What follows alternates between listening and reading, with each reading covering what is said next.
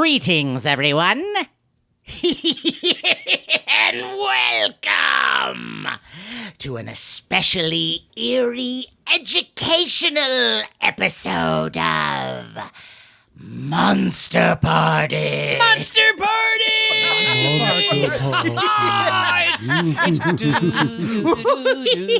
It's educational and we're learning. Yeah, the 3 R's. Academic. Yes. Ripping, riot, and ravaging. Well, and speaking of ravaging, who are you, sir? Thank you. You're so sweet. I forgive you for everything. Ravaging, not radishing. Radishing. Ravishing. Who are you? I am Matt Weinhold, and I'm all those things. I'm radishing, ravishing, and the other Great. one. Okay, and I'm SHAWN Sheridan. I'm Larry Stroth. And I'm James Gonis. Thank God. And for this topic, oh boy, it's timely. Yes, it is. I think. It is. You know, it's the end of the year. Yes. June Yeah. is graduation It's season. getting- Yes, to that getting time. diplomas. And so What is our topic? our topic is scary schools. Scary schools. Scary schools. Schools that are scary. So in other words, all schools. All schools, Yeah. all the time, Yeah. always. Yeah. Every school that I ever went to Any was kind terrifying. Yeah. I mean, we've all Terrifying. we've all been to school. Yes, yes, we have. Some of us Oh. may have been to a special school. Wow. I didn't mean it. Wow. Well, I didn't mean to I just had a bunch of listeners just toned out, just threw their computers in the toilet. Now look. The special schools. This is a special topic. Well, this could be high schools, colleges, Yeah. any kind of academies, specialized, schools. any anything. horror or science fiction movie that had a school in it. Yeah. Yeah. It takes place Everything in the is school. fair game. It can be a interesting school.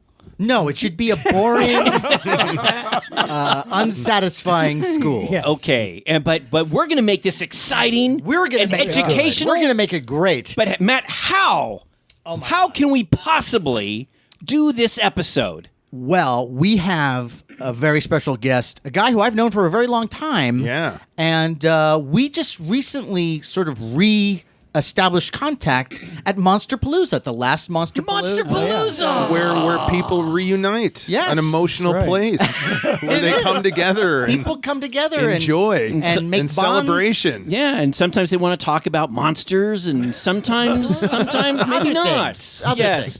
but But who is our he- guest? The husband of an even older friend of mine, Jennifer McLean. Jennifer McLean. And this guy is a writer, producer. He's worked on so many things like The Cleveland Show. The Cleveland Show. Very scary. Ooh. Low ratings. Canceled. Ooh.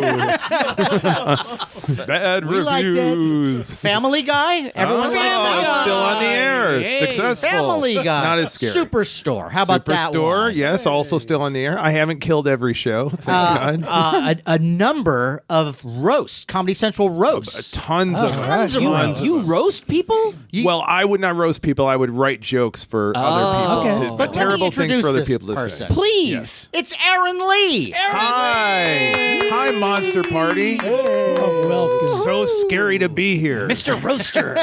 Chilling. You people can't see how scary these guys are. I really. know.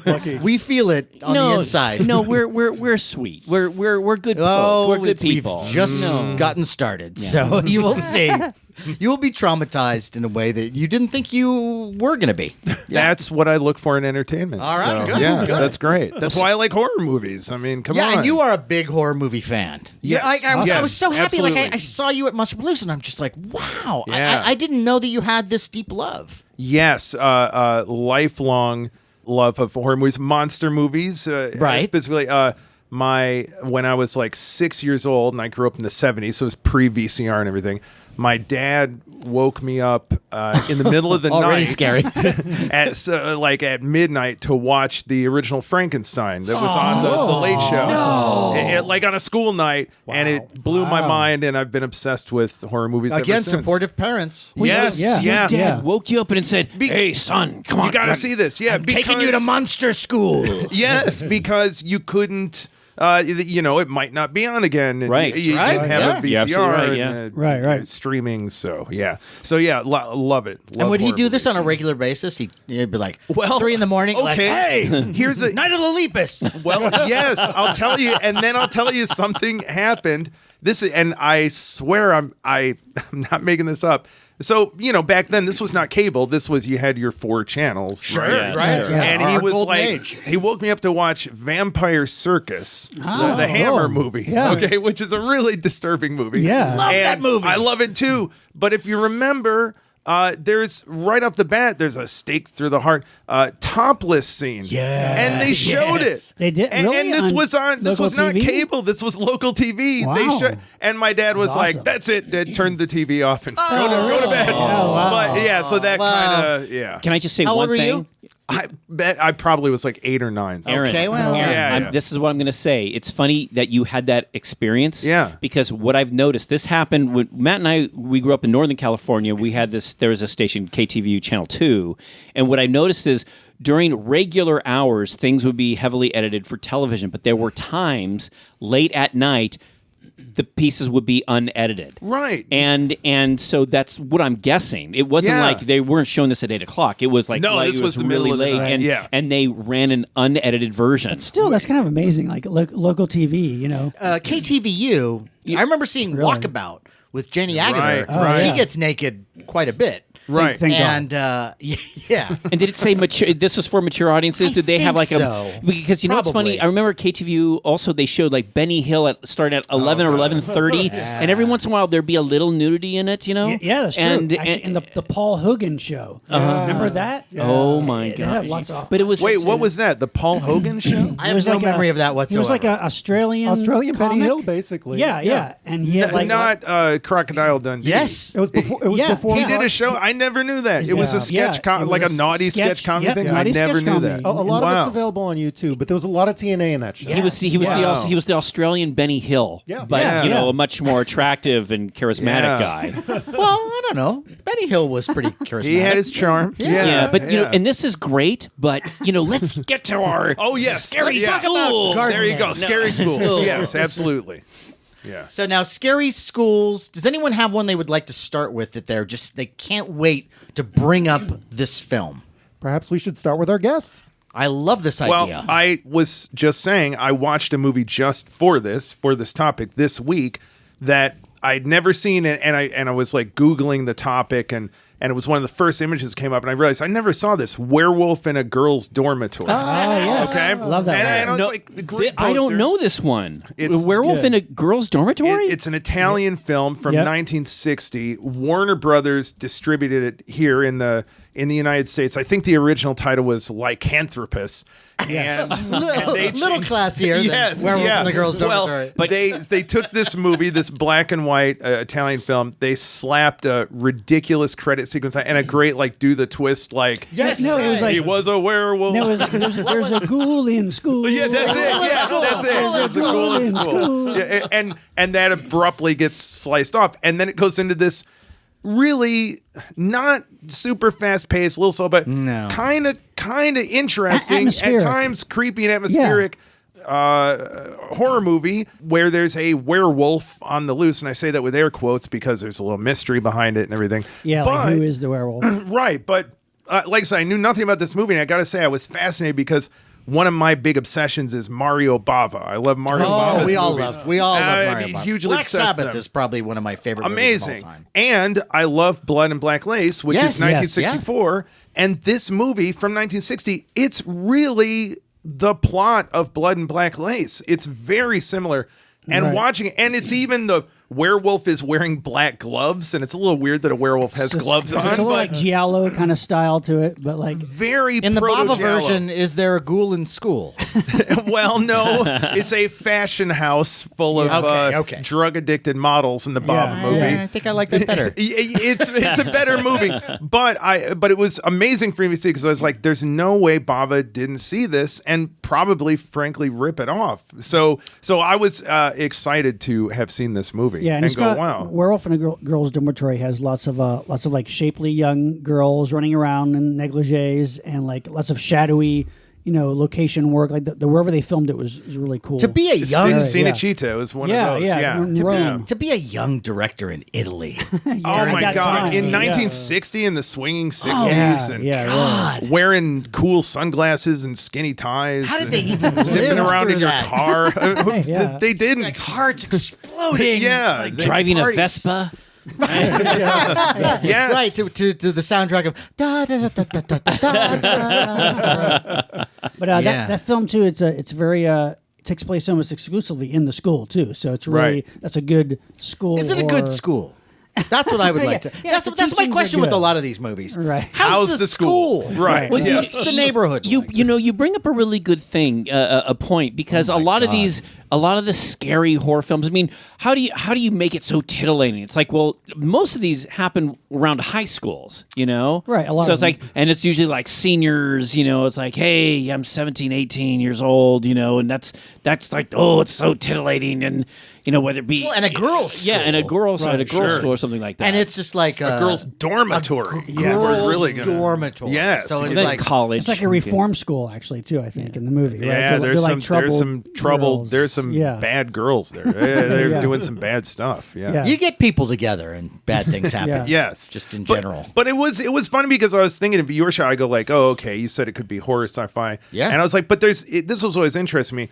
It's mostly like slashers in schools, right? Oh, yeah, It's well, not a slashers, lot a of lot of them, monsters. yeah. There's a Like lot of them. why? And it hit me. Why is there no like vampire gym teacher movie or like the math teacher who's got tentacles coming out of his head? Like there's not a lot of that. There's not a lot of creatures in schools. It seems like for a lot of slashers. Well, the faculty. Is the Faculty, first one yeah. that comes to Yeah, mind. yeah. And then there's a Doctor Who episode, a David Tennant one, where there's, and I'm blanking on the name of the episode. You know what I'm talking about, Right, Sean, right. right? Where yeah, it's- you're not pointing at me. No, but it's they both are similar in the sense that there's an alien that's feeding off of the student body. Yeah, it's like Right. the teachers are Or- possessed by aliens. Yeah. Yeah. And in the Doctor Who one, I think it's called School Reunion. They kind of make themselves to look like humans, whereas in the faculty, they're like these bugs that take over humans. right. Right. And right. that's a movie. The Faculty is one where I wouldn't say that it's a great movie, but it's like horror sci-fi junk food. Yeah. Yeah. I kind of wish there was more practical effects in it because a lot of the CGI, this is 90s CGI, just doesn't hold up very well. But some of the stuff is good, but it's just not. I wish it was more, Well, one thing I could say for the Faculty is that apparently what the aliens do is they come into a school and they make all the teachers hotter. That's true. Famke Janssen is Yeah. like Oh, mousy, wow. and next thing you know, But she's already hot being mousy, and then you make her. Yeah, and that's We what know you that need. people get hotter when they get evil. That's what I've been telling my wife. Yes, for yes, forever. it's absolutely true. Yeah. Yeah. And Matt, what's the date on Faculty? That was 1998. 98. Okay. Yeah, it's not bad though. But like you think of high school especially. I mean, high school in general can be scary in the real world. Well, yes, it's of course. Peer pressure. It's budding sexuality and bullying and all this stuff. And, Here, try this cigarette. Here, try this joint, kid. It's like, I've got hey, Things that hey, kids are doing today. I've The got- things yeah. that yes, I've got Yeah. goofers. yeah, right. but like Goofers. What is that? Like a shoe? Goofballs. Pills. Oh, Oh, I'm sorry. I'm just not like hip with the doesn't- drug he lingo. doesn't know the lingo. Yeah, The hip hey, drug- Sure, yeah. goofballs. You know, it's like some of us here didn't dabble in drugs like somebody. I didn't. Excuse me. Yes. I did not dabble. Look, I have a reputation here. Let me clarify. Let me clarify. I was a teenage drug fiend, You were a little hooligan. I was a You hooligan. know, Yes. some of us here were not hooligans. and that's fine. And there, are, But- if I could go back in time and maybe take less goofers. No, but you see, it's like that's the thing about high school. I mean, it's my kid is actually going into high school. This is she just graduated 8th grade. She's all excited, but also it's scary because she's going from a school where it had 50 kids in her 8th grade class, and now she's going to a freshman year, and it's like you got thousands of new kids, and it's overwhelming, and it can be scary. And then It was horrible. No, I in can. my case. No, it's like I remember if I went to Matt's school, walking down the hallway, You'd be dead. Yeah, and I could see Matt go, "Hey, come over here, punk." Yeah. Try this joint. There'd be a kid wearing your skin like the next day. Well, I wouldn't be bringing like a Frankenstein dummy to school. I wouldn't. No, be doing that was anything elementary. stupid like- See, I did that in elementary school. I brought a Frankenstein. I wouldn't do anything like that. And they took it and beat it up and tore it to pieces. But Sean's right. High school can be a Like scary thing. a quintessential, it's talking about the 50s movies like Rebel Without a Cause, but a good horror equivalent of that was I Was a Teenage Werewolf. Absolutely. Right, sure. Because that's like your classic Michael Landon, like the violent kid who can't get along with anybody. He gets in fights at school, and his girlfriend doesn't understand him, and he's like this outcast. And he's then prey for this, evil Whit Bissell. doctor, Whit Bissell. to like exploit him and when turn him Whit into a Bissell werewolf. comes down the hallway, Stay out of the way. But get also- out of the way. But wouldn't you guys The agree- name alone, just to hear Yeah. Whit Bissell's coming. Are you familiar with Whit Bissell? Because you probably He's the are. mad scientist, When, and like if you looked at his, he's in everything. He's not a mad Right. scientist in The Creature He's from in the Black Time Lagoon. Tunnel. He's in Right. like every movie. Right. But he's in Teenage Werewolf and I Was a Teenage Frankenstein. And I got to say, that is one of the ugliest monsters ever. The Teenage Frankenstein? Yes, Yeah. yes. He just I looks love like a that big one. pile of crap. Yes. There's Yes, toilet he paper does. on his But face. it's It's amazing. crudely effective still. Yeah, I agree. yeah, Still, totally. It's such a classic kind of a retro fright mask. Kind Yeah. of look, He is an ugly he's, guy. Yeah. He's like the shock monster, like another yeah, variation. Yeah, Yeah. But he's also got this jock body. yeah, exactly. Yeah. But getting back to Teenage Werewolf, there is another thing I wanted to bring up. See, I want to know if Sean agreed with me. In a way, look, you're in high school and you're seeing, oh my gosh, now I'm a man, I'm changed, and you've gone through You're growing a puberty. little hair. Yeah, Yeah. exactly. And in Teenage Werewolf, there's a little bit of that guilty sexuality where it's like if you see something good that point, turns yes. you on, and Yeah, do you totally. remember there were times when you were for males? Here when, we go. No, I want to All hear right. this. Okay. No, no, I have to hear this. I've Yeah, already, I gotta already know. feel bad now. No, why? No. Look, I'm sure I will agree with you. Yes, go. No, go ahead. Go ahead. Okay. So we're all adults here. Yes. Yeah. Okay. Yes, we are. So as you start to change, as Right. a young male, you seem to get these erections all the time. Well, that's you know? true, yes. And then it's like there were times I remember being in class and it's like I class is over. I can't get up. I gotta sit down. I gotta What was the film? No, there was no film. There was no film. bees pollinating See, and- this is great. See, I'm being honest. I'm spilling my guts here, Sure, and I but always you- have to Matt go, oh, hey, Larry, what No, film but were we you all watching? went through this. But it's, I but it's agree like, with you. There was a point I was trying to I'm make. going through it right now. Yeah. But it's like, do you This is a remember? very short table, Do actually. you remember when Michael Landon's character, he's in the gym, and you Oh, see yeah, it's that classic. there's this girl, Yeah. and she's doing this gymnastics. Yeah. Yeah. And I mean, it's very simple. And she's basic- about 35. It's true. She's She's playing older, as she's a but- high also- schooler, she's- but yeah. yeah. But yeah, she's plays Not very good at In a school. way, Michael Landon's character, he starts to like kind of flip out, and then the bell rings, and that Yeah. sets Right, off the right. signal, and then it's so to me, part of me watches like, oh, I feel guilty to have any kind of these sexual thoughts, and I could turn into a werewolf, or you turn Yeah, into yeah, like yeah. a monster. Yeah. You know. I'm sure they were, I mean, I know It was it's a a nice low budget analogy, but yeah. movie, but they were kind of playing with those themes. Totally. And frankly, I think that movie is a better movie than Teen Wolf. Yeah, I think I agree. It's Teen Wolf is- it's Well, Teen Wolf is much more and also- satirizing. I know. It's more but- about accepting yourself, kind of a thing, and Yeah. for who you are, and I mean, it's different from I Was a Teenage Werewolf. Well, you know what I really love? There's this final scene towards the end of I Was a Teenage Werewolf where it's Michael Landon in the full werewolf makeup. And I don't know what they gave him. It was like pudding or milk or something like that, but he's drooling. Yeah. And it's just this white liquid. Yeah. And I remember as a kid going, oh my, what is he doing? What is that? Yeah. Right. And like, Yeah. it's just a simple effect. Yeah, you don't see too many werewolves drool like that. You No. know what I mean? Like, And yeah. we should though, if you think about it. like a wolf, like or. And I guess the idea was, because it did look like milk, but I guess the idea was it was supposed to be like foaming at the mouth. Yeah, Right. yeah. Yeah. But- yeah. It does make me think. You talking so honestly about though.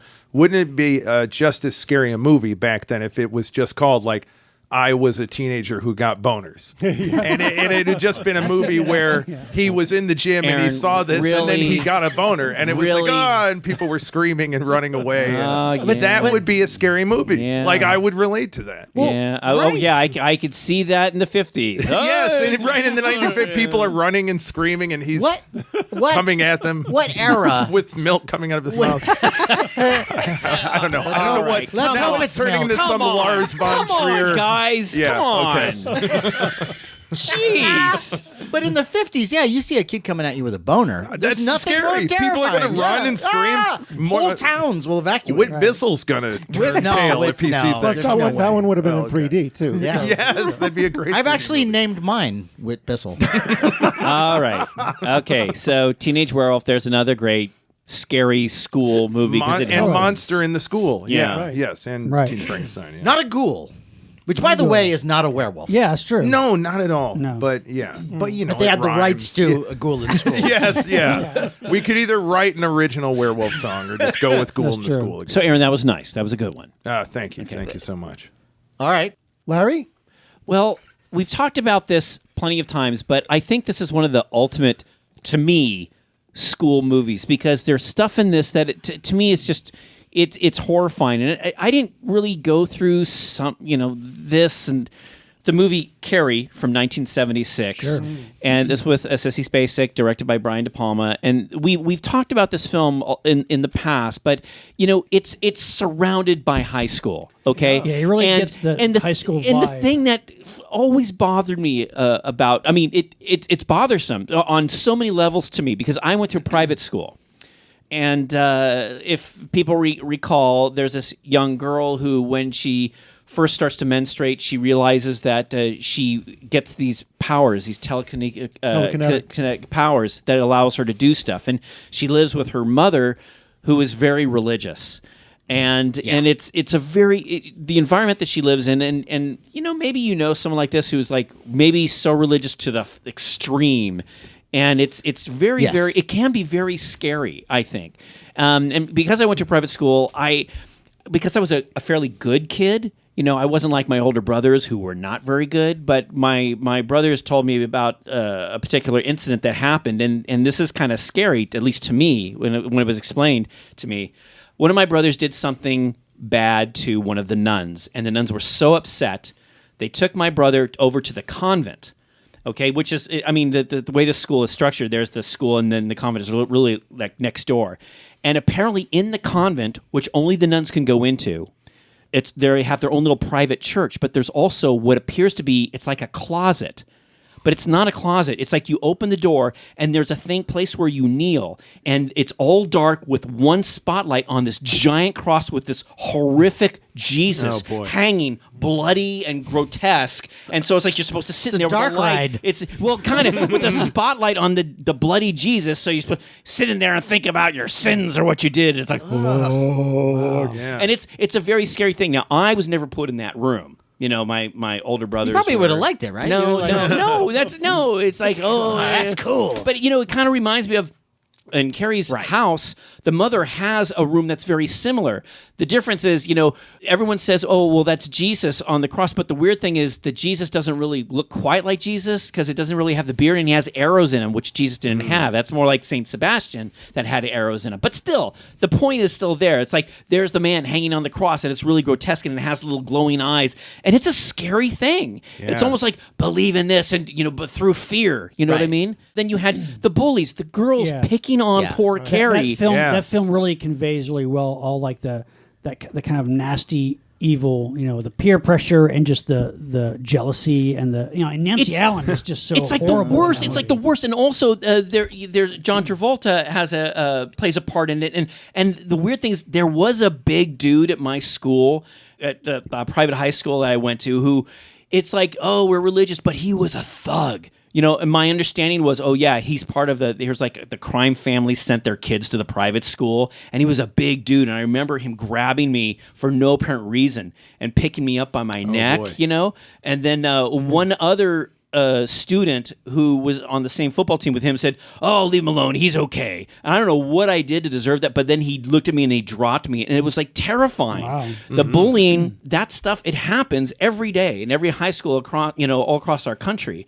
But in the movie Carrie, I mean, it's really the worst, But that's what makes it so cathartic when, you have this totally put upon character who is able through supernatural means, to like. And just what let an loose. amazing, vulnerable opening sequence too. Oh my Can you God. imagine any movie today opening like that? I like know. that was like a big mainstream film. in the and- girl Yeah. showers. Yeah, with and making that your main character, Carrie. Like no movie would be that honest about it or that Yeah. vulnerable or that. Yeah. It's amazing. Yeah. Well, and then you have this poor girl whose life at school, she's got no one to help her with social skills and the things that you need to get along. Yeah, her mother doesn't help Yeah, her. her mother is Looney Tunes. Yeah. It's like Can't when you help her really at all. feel like in school, like you're just all alone, like But you're surrounded she by. really is all alone because Right. she has nowhere to go. Right. She comes home. She has to suffer this abusive religious lunatic. There's no respite from her hell. Right. Yeah. And The way that it was marketed, you would think that she was the monster. She's not. The mom is the monster. Nancy Everyone- Allen. everybody else is. I would say it's not so much the mom. I almost kind of forgive the mom because I do think the mom is kind of losing it. I look at all of those other Yeah, kids Nancy as Allen being is the true monsters. monster in that. Although Amy Irving is more sympathetic. And True. And look, then when the one counselor reaches out to Carrie because she learns about the cruelty of these girls and these girls get punished. They're not allowed to go. You got to do this stuff or you can't go to the prom. And the one girl says, "Oh, screw this." Betty Buckley. Yeah. And that's the one person that is trying to get that trust with Carrie. But boy, if there was ever a time, there were times when I wished I had that power so I could take that. Sure. Because Everybody you know what? does. That dude, he also had. He was one of the few kids in the school who had an amazing muscle car. It was all, and I wanted, if I only had the power, I'd make you crash and burn. Like John Travolta and Carrie. Yes, right. well, yeah. Well, but but he's probably in prison now. So I always get jealous of kids today. Like when I was in 7th grade, I took like a Trapper Keeper or something, and I bought extra copies of the new issue of X-Men and cut them out and taped it to the obsessively to make an X-Men Trapper Keeper because in 1982 you couldn't buy that, and I was so proud and brought into school, and it was just nerd, like the biggest and now I'm like, and now those kids, all kids wear Marvel T-shirts. Yeah, I know. That's Yeah. what's It's like funny, you yeah. bastards. I was on the cross for you. I suffered for you, and now you're the jocks Yeah. wearing a Captain Yeah. America shirt. or Like, their kids wear those shirts. yes, that's it's what it is. amazing. It's amazing. And it's like, I helped create the stuff that Yes. your kid I had to worships. sit in a room laboriously with an X-Acto knife, going like, "Get the, Magneto and place him here." Next But just as Kurt Cobain talked about in a few different Nirvana songs about how like the people who are his fans don't really get what he's Right. singing about. Right. I feel the same way when it comes to a lot of nerd culture, that a lot of the the new waves of the people that are into all this stuff, like you don't really get who's the hero here. Well, Right. wait. What do you mean? Well, because what you think? because Like, it's popular now. Well, I People- think What, they you like look at I think- Thanos and think Thanos is the they like- hero? no, I think they He's not. well. I mean, Aaron, okay, that's a come whole. No, let's not on. go down that rabbit hole. Okay, but anyways, go ahead. Sorry to. No, that they're more attracted to the ass kicking element of it rather than It's kind of the surface right level. and wrong. I see your point. Like when Hulk goes out and smashes, or Captain Yeah, America. kick his ass, yeah, you know. no, I There's know that thing I going see. more than. I have a feeling that when it gets to all the good story stuff that we like, they're like, "Oh, this is stupid. Well, This is boring." Really? Because, Iron Man, he is wearing a suit. Captain America is in a suit. Batman's wearing a Sure, suit, right, okay? yes. And how it's like, now it's like, it's the coolest thing. Whereas when, we were younger, you were using your X-Acto knife. It wasn't. God. I remember wearing at my first day at the new school is 7th grade, wearing an R2D2 shirt. That was my favorite for him because I was like, it's fucking R2D2. He's the greatest. And it was not. And I remember a kid giving me such a hard time. And the next day I wore a Pac-Man shirt and he said, cool shirt. And I was like, okay, all right, I see. Okay, R2D2 is no longer cool. I know that Pac-Man is cool. And isn't it funny? We just did a Star Wars show, and here you have one of the biggest companies in the world, Disney, creating a whole Star Wars land. I know. Yeah, no, you're right. It's the world is upside down. Yeah. I had a shirt. I think I got it for Christmas, and it was this cool Planet of the Apes shirt, and it had like this big, puffy, thick vinyl Cornelius on the front. I know those, You know what I'm Matt. talking Yes, about? I know that And it shirt. was. I think the shirt itself was kind of like multicolored. Yeah. So And there was it's so many things. It's like it's for ass kicking. You know. Sure, yeah. It's a little padded. It's a little, That's right. Yes, I had that and shirt. the problem is if you put them in the wash too many times, Yes. it deteriorates. Yeah. Matt, Yeah, I had one that. time. I wish I had it now. Oh God, But I remember there was a kid who had a problem with me or whatever, and we got into like a little skirmish. And I a remember skirmish.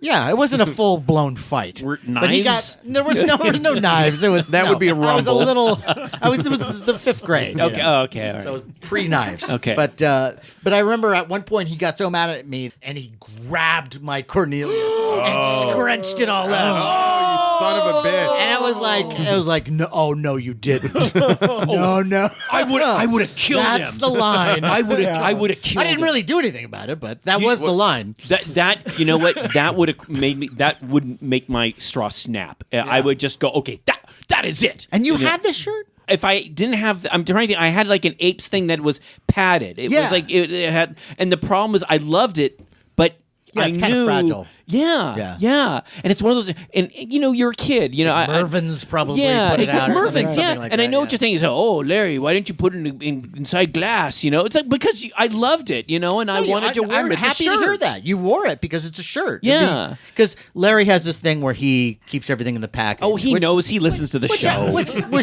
you've listened to them all 150, Obsessively, yes. But he, there's a different type of collectors. Sure. Some people take them out. Some people leave them in the package. And I understand why you would keep it in the package. Right. Obviously, it's going to be in perfect shape Yeah. forever. Yeah. But you're not going to do that with a shirt. No, obviously. but- You're going to wear it and you're going to enjoy it. But I do have Star Wars sheets that are still mint that have never been used In and the I'm package. dude, and I'm talking about Star Wars. These came out in 1978. Still, I had the 'em. dark blue. Yes, I had him. Yeah. Mine have just one stain. I can't.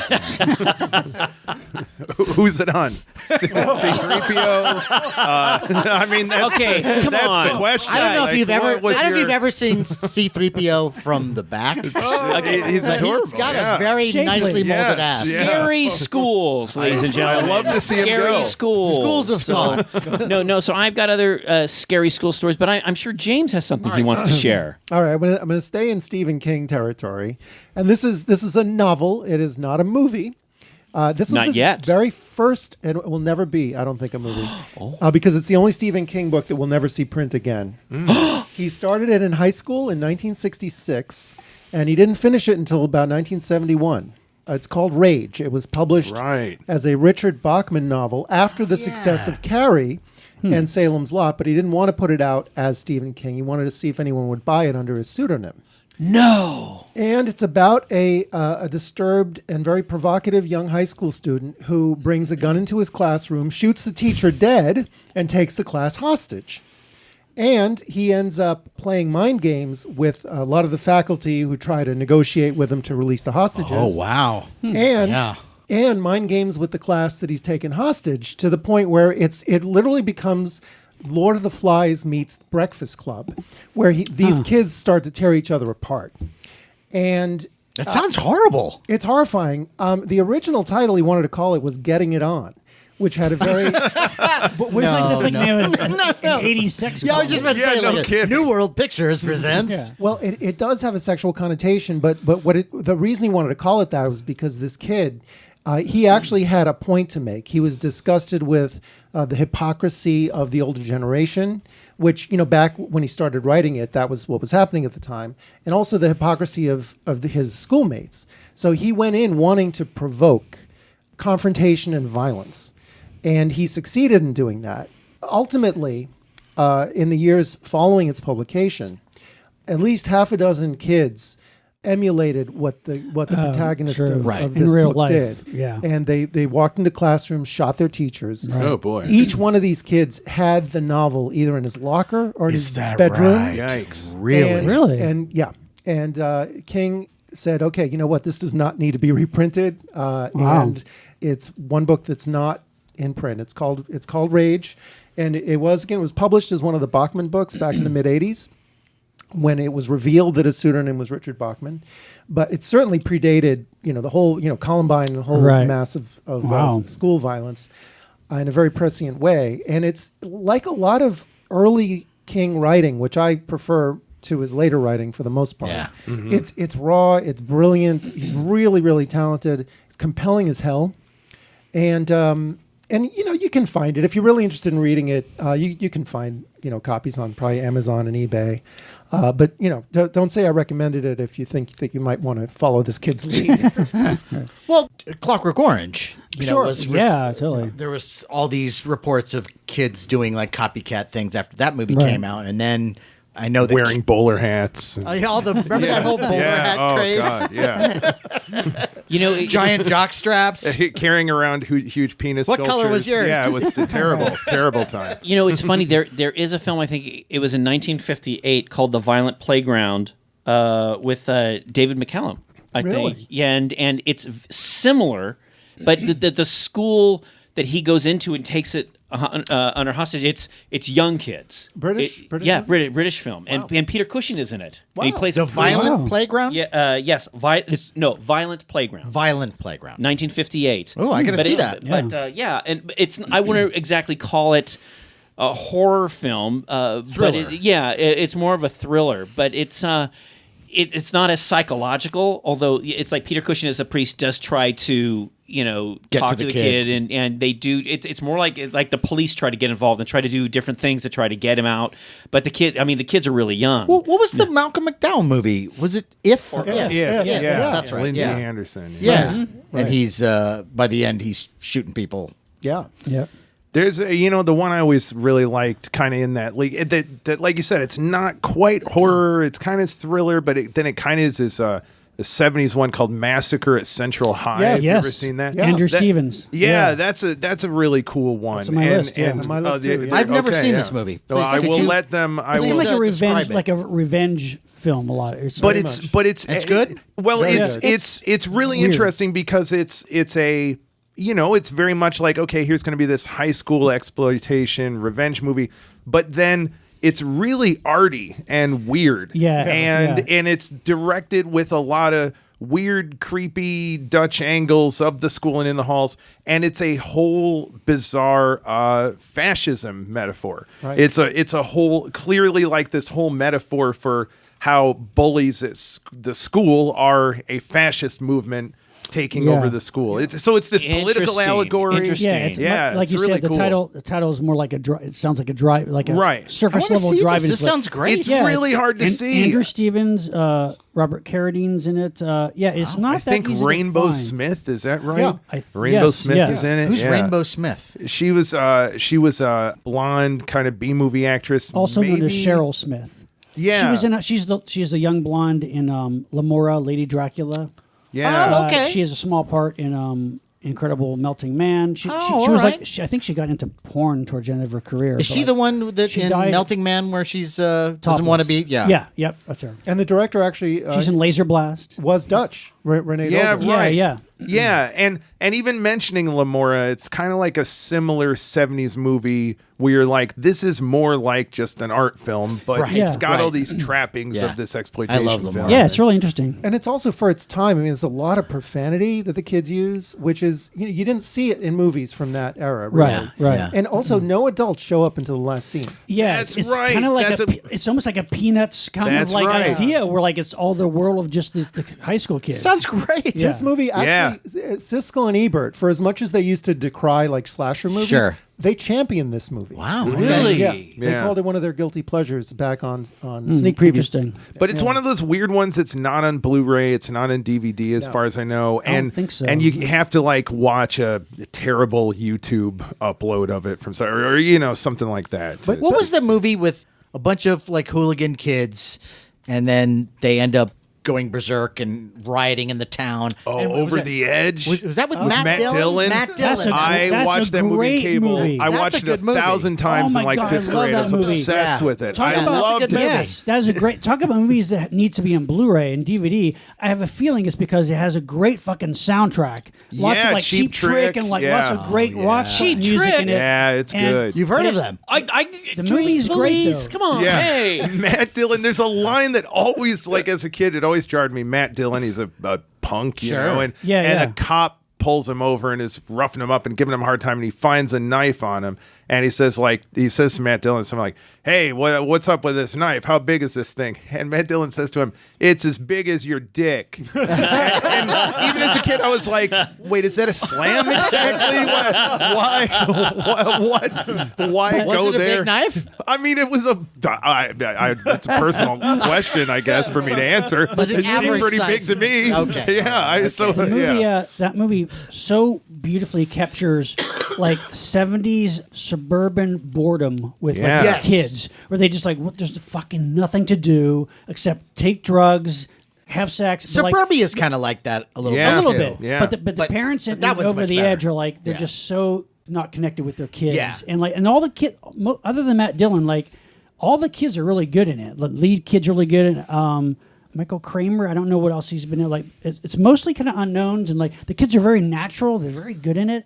And Matt it's, Dillon is like he's lightning great. in a Yeah. bottle. Oh, no, God, he's great yeah. in that. He's terrifying in everything. Yeah. Yeah. And then when you see Drugstore Cowboy and you see this other side of him that's just where you're rooting for him, that's an underrated actor, I think. Have you watched that House That Jack Built yet?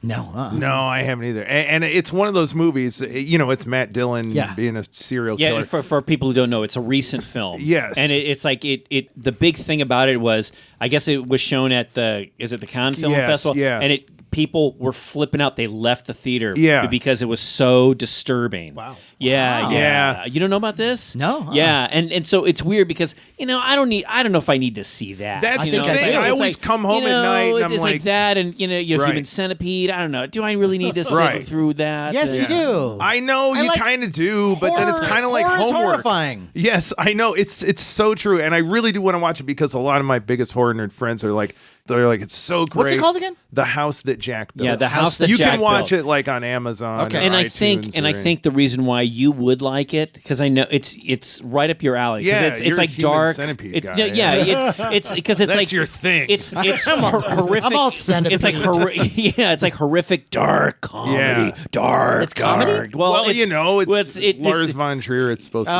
You know, Oh, it's okay. like I can Okay. see this Is it horrific Lars von Trier? thing. Yeah. Oh, okay. Well, that explains And I why. could see you going, ha ha. That's Life is bad. that guy's being terrible to another person.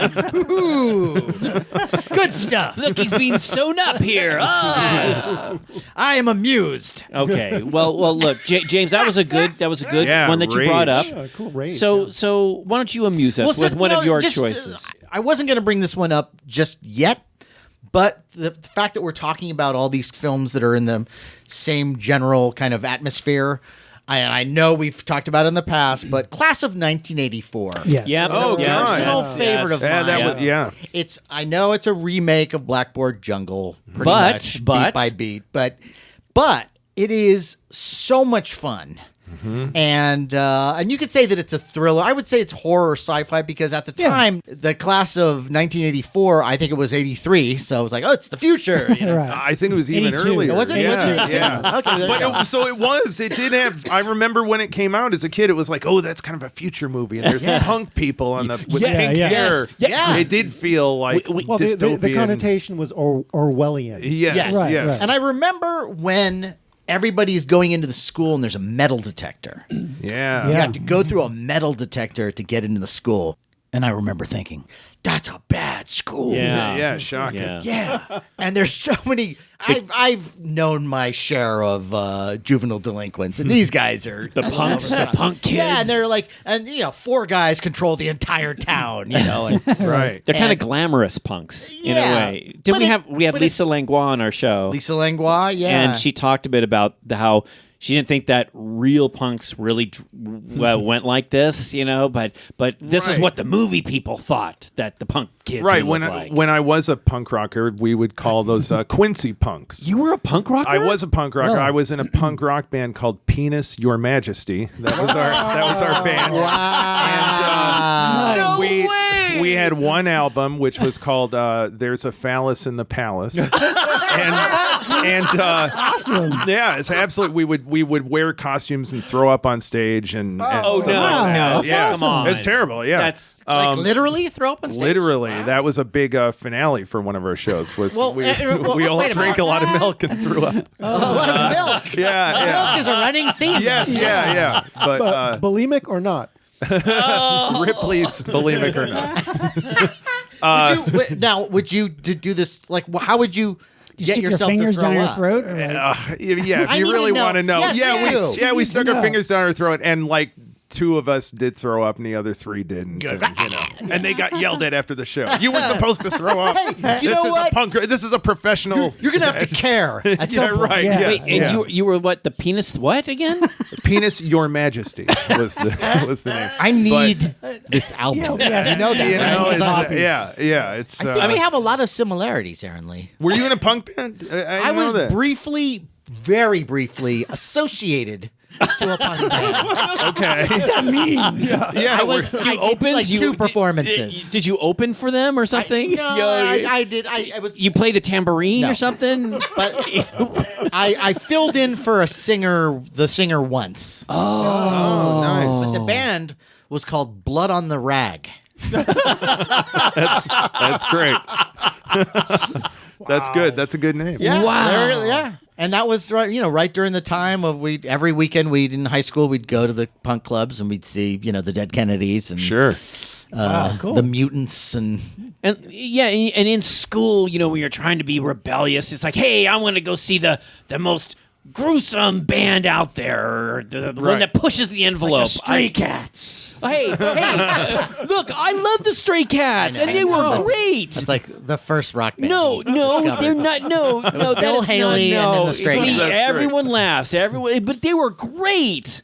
They were fantastic. Roman Holiday opened up for them, and they were fantastic. The movie? No, there was a band. Remember Roman Holiday? Come on. Yes, I did. What? A punk band showing Roman Holiday to open their show would No. be phenomenal. How much- like how much- everyone sit down, grab a cocktail. Now We're that's going punk. Yeah, that is. That's Okay, really. scary schools. What So we're talking about. Oh yes, but to get back to class of 1984, what I was I saying need to know was- more about this album though. I'm sorry, we'll tell you. But we would call when you're talking about those kind of silly punks, we would call them Quincy Punks because of the infamous episode of the Jack Klugman show, Quincy, where he battled the punk rockers. Oh my God, I remember that episode. And it was a great, and I remember, here's what I remember. I remember the song that the punk rockers sang, and these were the lyrics. It went, saw a blind man on the street today, stole his pencils and ran away. like it was like, whoa, these guys don't give a fuck. So class of 1984 That's was not bad. definitely, it was great. Now think about it. You may laugh, but it's like, hey, you can only say so much on TV. That's a pretty- good- That would that's make a me good go, lyric. ooh, those are Hardcore. bad. Those Yes. are bad kids. Yes, But yeah. But growing up and being in the punk scene, most of those kids want to be left alone. Oh God, yes. And like remember Star Trek Oh. 4? Yeah. And there's the punk rock Right. dude On on the the, bus. bus. Yeah, Right. yeah. And he's got the boom. First of The all, he's boom got a boom box. Yeah. Isn't No. it?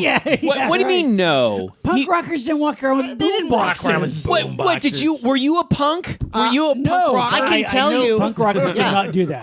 That's all I did during high school, and nobody had a boom box. No. What- Right. And then, but I did kind of like the song. Whatever that guy was, better push the button, you be better off that. That was his song, by the way. That was his song. Whose song? Really? The guy who played the punk rock. That was his song. Wow. Really? Yeah. Great. Yeah. I liked it. Yeah. Well, So Look it up. But, Yeah, but man- I don't remember. I never remember any punk getting on a bus and causing a disturbance. No, we weren't terrorizing the school. I was just walking around Lexington, Kentucky, getting every homophobic slur imaginable yelled at me me passing cars. Right. That was Did it. you have Thank you, colored hair, sir. or- Yeah, I had like crazy hair. you like the flock of seagulls stuff hair? Like that. No. Kind of. I know. punk. You know, it was a Misfits inspired, okay. so it was Yeah, the yeah. all in the face thing. Right, right. And, yeah, Okay. it was See, best. you know, and it's I wanna sad. know that, If Aaron only Lee. I know. Where is that guy? He'd be much more fun on this pod. He'd be throwing over the table and telling you to go to hell. Have another glass of milk. Stealing our pencils. But see, this is what's sad. You know, it's like if only the people in Kentucky could embrace creativity. And I mean, look, they pushed you out. I mean, I know.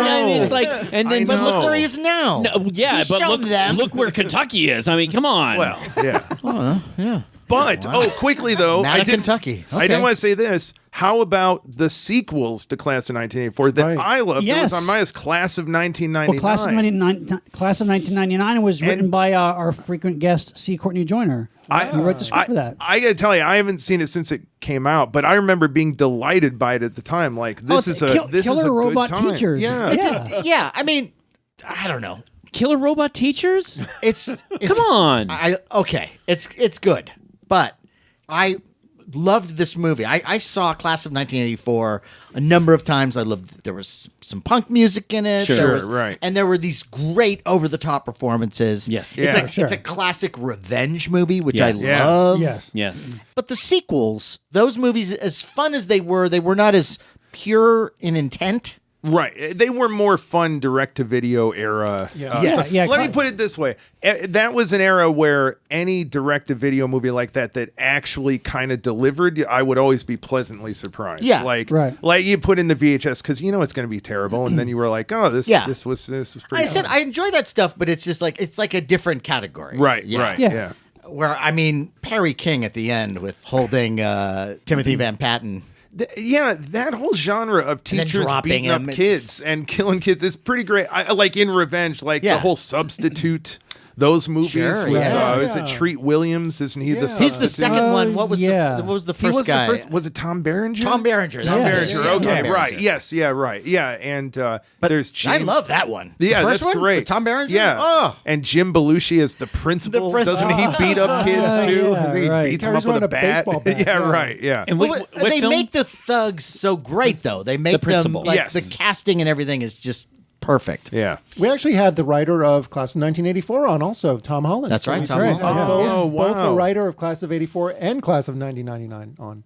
Yeah. Right, right. Well, Yeah. C. Courtney Joyner is the greatest. Yeah. I mean, Well, Class of he's- 19 he wrote our favorite or my favorite Puppet Master movie, number Which- 3. Number 3, Number yeah. 3. Okay. Which one is that? Which That's is like like, takes it's like a place in prequel. The origin Yeah. story, Oh, basically. okay. Right. Yeah. Nazis and Yeah, Right. really good. But Class of 1999 I like because it's really a great kind of sci-fi thriller, you know, Yes. because Right. it's like with like Terminator elements, and it's got a good cast in that too. They got Malcolm McDowell, Stacy Keach, Pam Grier, Grier. John P. Ryan as the killer robots. I mean, it's fun. Yeah. Pam Grier, who I met at Monster Palooza. Not this time, but the last Oh, nice. time. I was Yeah, yeah. so She's excited. fantastic. She's She's one of my a all She legend. seems like she was pretty friendly, right? Oh, she was great. That's she was cool. the best. Yeah. Well, if we're talking about schools, this is a different type of school, and I know we have certainly talked about this film before, but in this context, that would be a particular dance academy in Germany, Suspiria. Sure. Because talk about like almost the whole movie taking place in a In the school, yeah. and the just the kind of dreamlike quality that Dario Argento gives to this school, the design and the colors in this place, it's so unreal. And, Yes. and you know something sinister is going on. It's Jessica Harper. You know, she goes to this exclusive dance academy, and you find out that there's a coven of witches, horrible, bizarre killings happening all around her.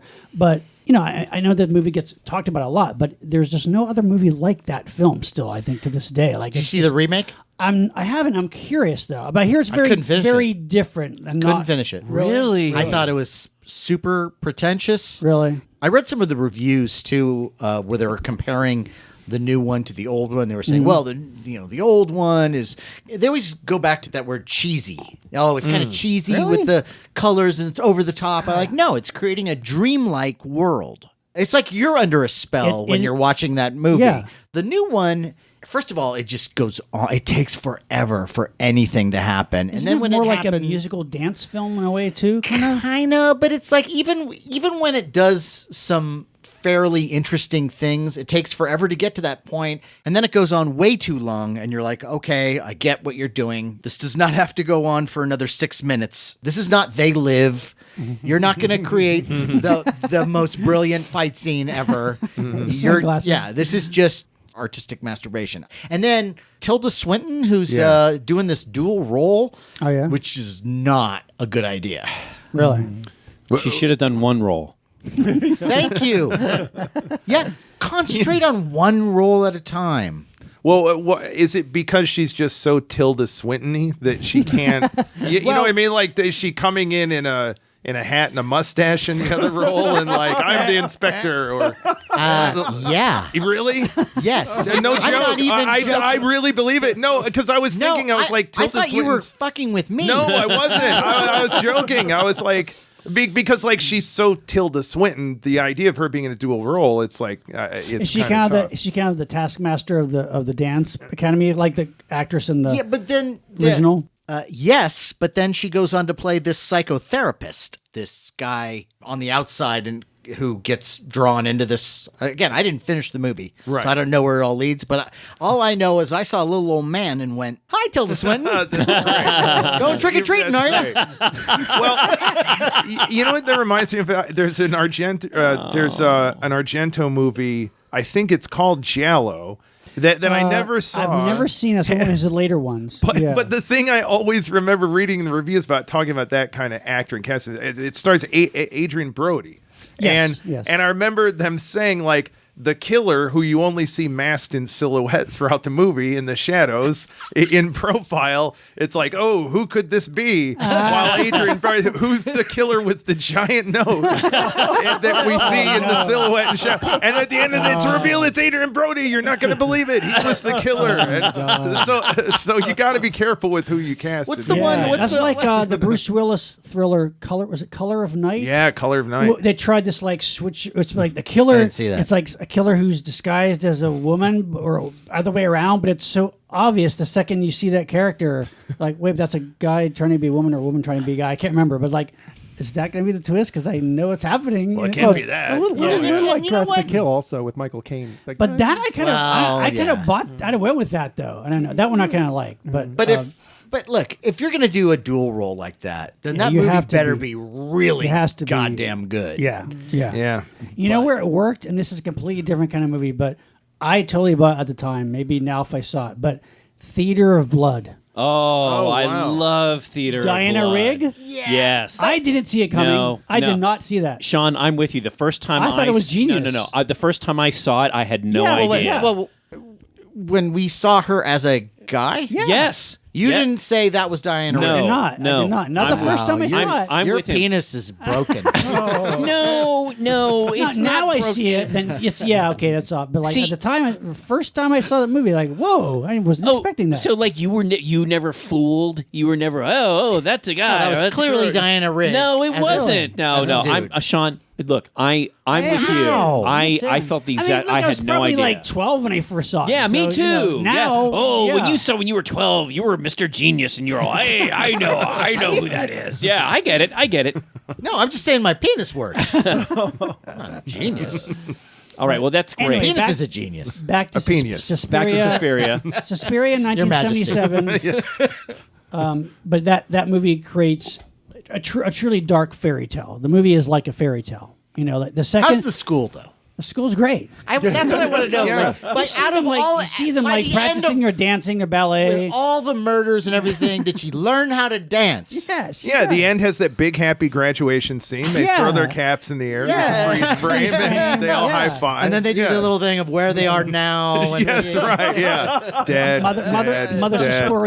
Suspirium hands out the diplomas. yeah. I really think from interviews, stuff like that, I really think Argento is out of his mind. Like, I think Yeah. he's No, actually yeah. like I think maybe he's kind of crazy. like truly disturbed. Yeah. and that's why I like that's it. well, that's the thing. That's what makes it work, Suspiria yeah. is the first of his movies. If I feel like if you watch them in order, where I think it really starts to show like this guy is out of his mind. Well, like it's it was kind of also- insane. yeah. And they just get more insane as they go on. And it was one of his first, if not the first of his films that truly embraced the supernatural elements. Because Yeah. in the 70s, he kind of revived the giallo with Bird with Crystal Plumage, Sure. Lot of Cat o' Nine Tails, and he was a killer master films. killer films. But with Suspiria and then Inferno, he was getting into true supernatural with the witches and that whole mythology of the three mothers. It's just so cool to me and so creepy. We have to go back to Tokyo because apparently there's a Suspiria themed bar. That's in right. Tokyo. I know. Oh yeah. One of our listeners. That wonderful book you gave me. It's in that too. Yeah. Yeah. But that's not the only reason I'd go back to Japan. I'd like to No, go no, down no. the Godzilla slide again, wouldn't you? Of course. Wow, what's the Godzilla slide? You go down his back or something? Is it like a big slide him? Yes, That's great. Yes. Oh, that sounds fun. And- You enter him in the middle, you're right below and his then belly. you come out the back. Yeah, no, down his tail. Okay, Down his all tail. right. I'm not. It's kind of like a tweeting. symbolic kind of journey. Okay, look, we've talked about this on other shows, Yes, and look, we have. if you, sir, go Yes. on YouTube and type in Monster Party Goes to Japan, you can see our wonderful hour-long video, which documents our whole experience. It's a great, And I can fun see video. you go down the yes, slide? you can, Great. and I'm it's there. loads of Hour fun. of pure there. No, fun, Aaron. no. It's an hour of all these things that we did. I mean, not to get off our Pour topic. yourself a stiff drink. Go down the slide with us. People have told us how much they love it because it's fast paced, it moves, Great. it's heartfelt, it's heartwarming. There's a lot of wonderful stuff in there, and we went I'm not everywhere, but we're just about all the great Godzilla places. But there's so much more for us to discover, and we're going to go back eventually, including the Suspiria bar. including Yes. the Suspiria And bar. Yes. have you been? Never. Oh my God, you'd It's love wonderful. it. It's Boy. like nerd heaven. It really is. And then don't you have a couple good Japanese kind of horror Well, school was movies? it gonna sure. say? Well, I was just the, thinking. the granddaddy. the granddaddy of them all, Battle Royale. Yeah. right. Fantastic. Which I think wins. And, Yeah. and Yeah. Matt, for, Yeah. for, Hands down. for our listeners who have not listened to other episodes, can you please tell us what Battle Royale is about? Well, Battle Royale is about a classroom of kids Junior high. kind of Junior set in the high. near future. set in the near future, and in this school system, to enforce discipline, they will discipline a class by putting them on this island where these kids have to hunt each other. It's part discipline, it's part social order, but it's also Right. entertainment. Right. They have to fight each other to the death. To the death until there's one left. And if it sounds familiar, Matt, I think pointed out this is before Hunger Games, Yes, isn't it it? is. Before Hunger Yeah. Games. Yeah, which is different, similar concept in a way, different, but this is Yeah. a first. Yeah, Hunger Games is like, the young adult version of Battle Royale. Battle Royale is the real thing. Yeah. And That's- she's kind of owned up to it, right? Suzanne, who wrote Hunger Games. Jennifer Lawrence. No, the writer. The writer. The writer. of the I original think books. people kind of got on her enough that she said, yeah, I knew about the movie. She didn't full on say I ripped it off, but she said, yes, I knew about it, and it was. Well, going back. so she was influenced. There's by it. enough there. There's Yes, enough she to was make it It's different different. enough in Different. tone. Totally, yes. But the Yeah, point yeah. is that this was before Hunger Games, which Right. seems to be more popular. And what we try to do is introduce our listeners Oh, to boy. things that that they just don't know about. And Matt has brought this up several times, but it is a great It is a movie. riveting and film. It's just incredible. Directed by Kinji Fukusaku, who had also directed The Green Slime. Green Yeah. Slime. Speaking of good theme songs, Yeah, that's oh, one of the yeah. best. Yeah. Charles Catchy Fox. one. because there is a green slime. in the song In the movie. and it's not like Ghoul in the School for Werewolf. It's not like the song is like the jelly stuff. It's called the green Right, slime. sure. That's what That's they true. sing in the That's song true. over and over. You know, Yes. I met the composer, Charles Fox, of that theme Wow. song at Creature Features. Wow. He did an autobiography. And I bought the book to have him sign it. And while I'm online, I'm looking at the book and I find the Green Slime chapter. And he was so ashamed of having worked on that movie. Because it was like his first paycheck in Hollywood. It's like, I can't believe I worked on a movie called The Green Slime. And I didn't say this to him, but I'm like, dude, you should be proud. That was Yeah. awesome. Really. Wear like a badge of honor. But Yes. Fukusaku had a really eclectic career. He had done Oh yeah, comedies, he's a lot done of all- dramas. Yeah, Yakuza a real movies. Yakuza movies, real yeah. journeyman. The Yakuza Papers, which Yeah. is this whole series of movies '70s, a big saga, epic saga about Yakuza, battles of honor and humanity. It's like the best Yakuza movies ever made in the '70s. And I Message think from Space, isn't that him with Yes. Sonny Yes, Chiba? yes, I yes. love that Star one with Wars the weird little acorn ripoff. walnut thing that Yeah. glows. Yeah. And that was when Vic I saw on Morrow. cable a bunch. I of watched kids. that not long ago, and That's a crazy movie. that's a little rough going. Yeah. But I enjoy it, though. fittingly, to cap off his career, Battle Royale was his last finished Well, feature. he had And just started to do the sequel. I think, sequel, and then maybe his like son one took over? scene. His son took over, yeah. But the sequel, I've not. I have the Blu-ray with the sequel on it. I haven't seen the sequel yet. You know what? That's another one where I started it and I didn't finish it Really? because I just kind of lost interest. It doesn't have the Matt, ferocity of the first Matt, one. can I just say one thing to you? You have to watch all of these things. No, you know, you're right. No, You're right. And, You're and absolutely with right. all due respect to you, No. it's like And it's like I've what been what? meaning- Oh, I got to go clean my rug now. No, it's like sit there and just Don't worry about your rug. watch the whole thing so you can say I to normally me. do. I normally do. Okay, because normally because you. Suspiria, you're going to have trouble. I with. know, I'm I know, just but saying. stick with it. We've had this discussion before. And I will finish Battle Royale too. Okay, all right. I've got the Blu-ray too. So When I saw Battle Royale, the first time I got it, it wasn't released in the U.S. and I had to get like a VHS tape, and I loved Yeah, it. yeah. But I went to this amazing years and years ago. I went to this amazing horror festival downtown in one of the messed up old theaters downtown, and it was a weekend long thing. Okay, so it's literally movies around the clock. And what ended up happening, speaking of punk rockers, was it was just squatter punk kids paid the $20 and just stayed there all weekend. They brought in sleeping bags and they just squatted. And literally by night 2, the theater was filled with trash. It was like so post-apocalyptic. Wow. Now get this: the guest of honor was Clive Barker, and they introduced him. They were like, "Ladies and gentlemen, Clive Barker." And you hear from the back of the theater him kicking his way through garbage, and bottles are like clinking, and he walks through trash, sits down, gets interviewed. But at 2 a.m., so these kids, they're just heckling every movie, and they show Battle Royale, and they're still kind of being alive. But there's a shocking moment early. Yeah, I won't get away. yes. The first death, the theater fell silent. And then the theater was just silent. And I remember going like, oh, they probably fell asleep because it's 3 a.m.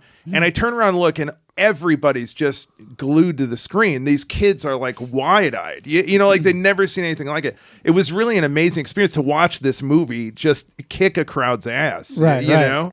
correct me if I'm wrong here, James, but wasn't that a movie too that when it debuted in Japan, it was greeted with a lot of controversy? I think it was right? banned. it was right? banned. It was banned? and it was given a rating that it's like NC-17 here. You know, it's Right. very, very few movies ever get, and it took a while to get distributed here officially.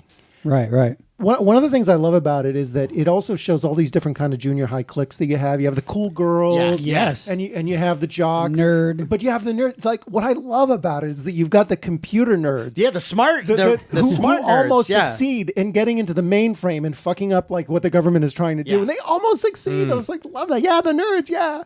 No, it's a great movie. And I love the other thing that I enjoy about that movie is that when you're put on the island, you're given random things. So Right. Weapons. you could, and so it could be anything.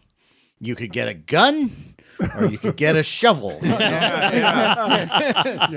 a whisk. Hey, they put those whisks to good use. Yeah. But it's just beautiful. It's a ferocious movie. Yeah, and it's a it lean, hits mean- the ground running. Yes. But kind of funny too. Like it has a sense Yeah, of humor oh, about yeah, itself yes. that I Yeah. do feel like is missing from those Hunger Games movies. Like they show a little instructional movie to explain the game to you right off the bat. That is like a cute, adorable Japanese woman, like with funny, cute little graphics. Like it does have some irony about it. Yeah. Right. It's so great. That's Yeah. a good one. That's another thing that I love about Shin Godzilla too, which is Oh my God. that element of satire. That's my favorite too. Oh God, That's probably my favorite monster movie of the past like 10 years. I I'm with just you. loved it. I'm with you. I saw it the day before Trump got elected. I did. I was the only guy in the theater and I was watching it going, and it was weird because it was this weird allegory where I was like, oh no, Trump's going to win. Like, because the whole movie was like, they can't stop Godzilla. They can't stop him. It was so it powerful. keeps mutating, you know. Yeah. Oh my God. I love it.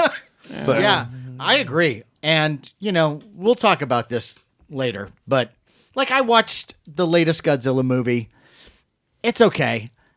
Shin Godzilla is a work of art, and my it's God. social It's so unique. satire. Yes. and it's just glorious. When that big fish Godzilla popped out at the beginning, I was losing my mind. And I read people online saying it looks goofy, it's Well- googly eyes. And I was like, that's what's creepy That's about what's bizarre it. That's about what's it. But disturbing. The other thing about it is it's not googly eyes. When you look at some of the creatures that it was based on, like these fish, Yeah. that's what they look Yeah. like. But it's Yes. funny, not to get off on this rant here, but there are diehard Godzilla fans who are not fans of that movie. No. It's- No. it's- A lot of them it's don't like it. And polarizing film. it polarizing. I mean, it's one of the boy, I few loved times it. that Matt and I totally see eye to Yeah, eye. I mean, yeah. I'm so on board.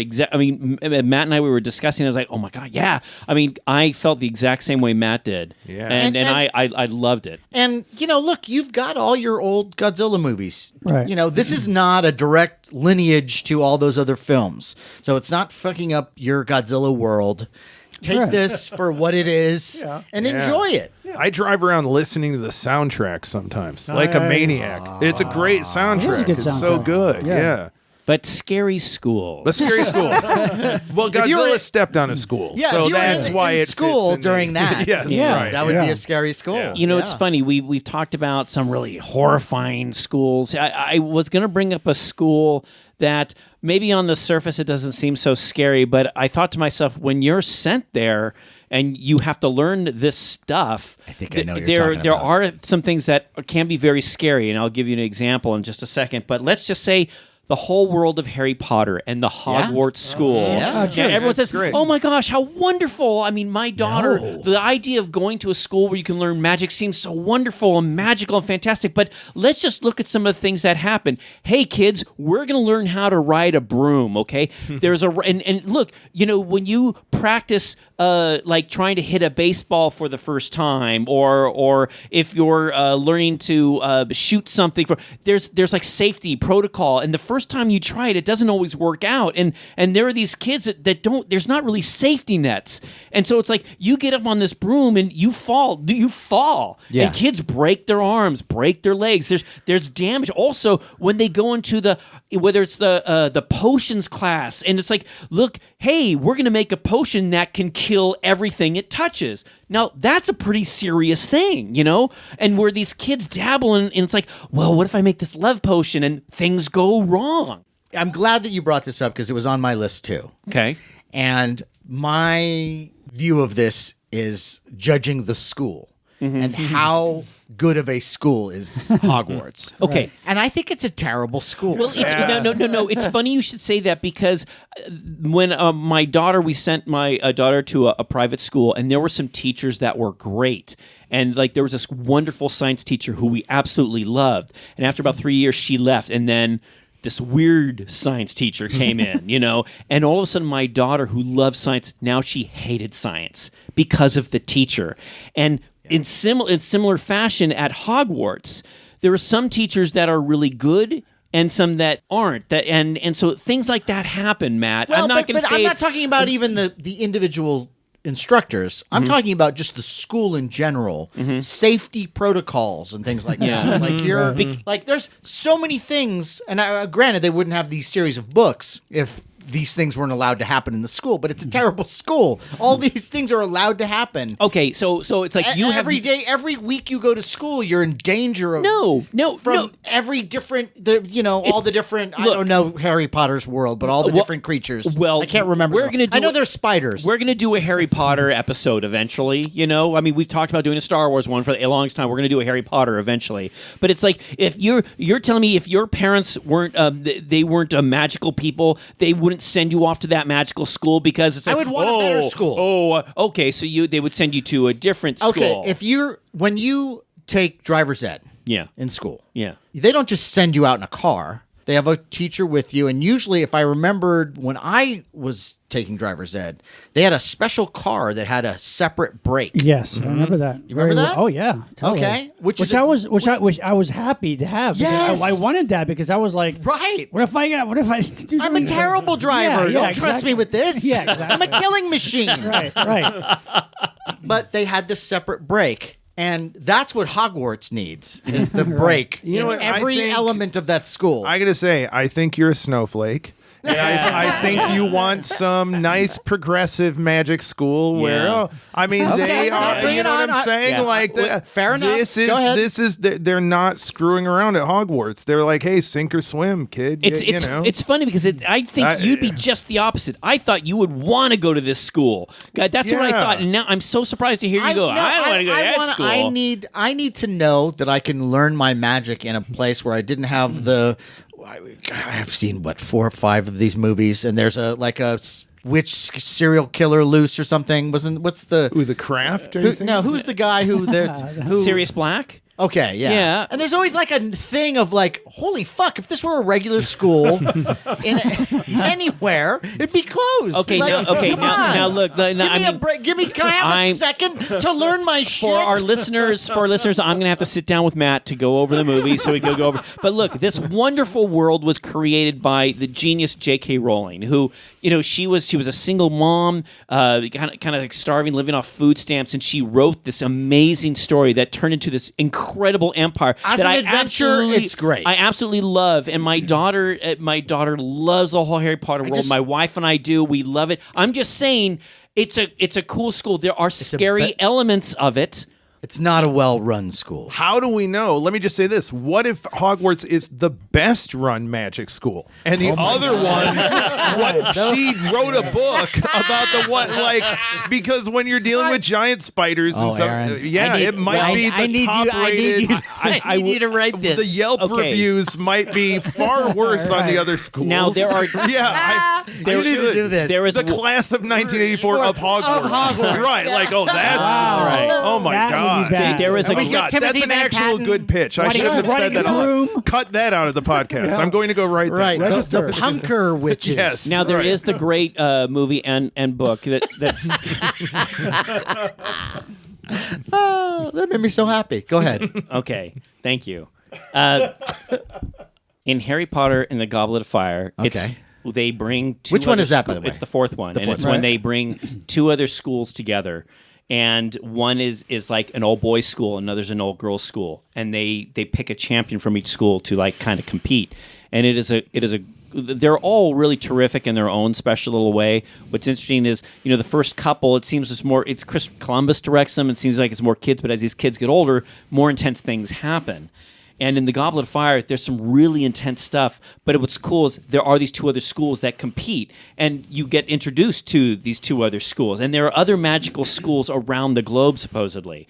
But you bring up the, hey, how does Hogwarts stand? Well, there are other magical schools that kids go to. So Which one did the Ramones show up at?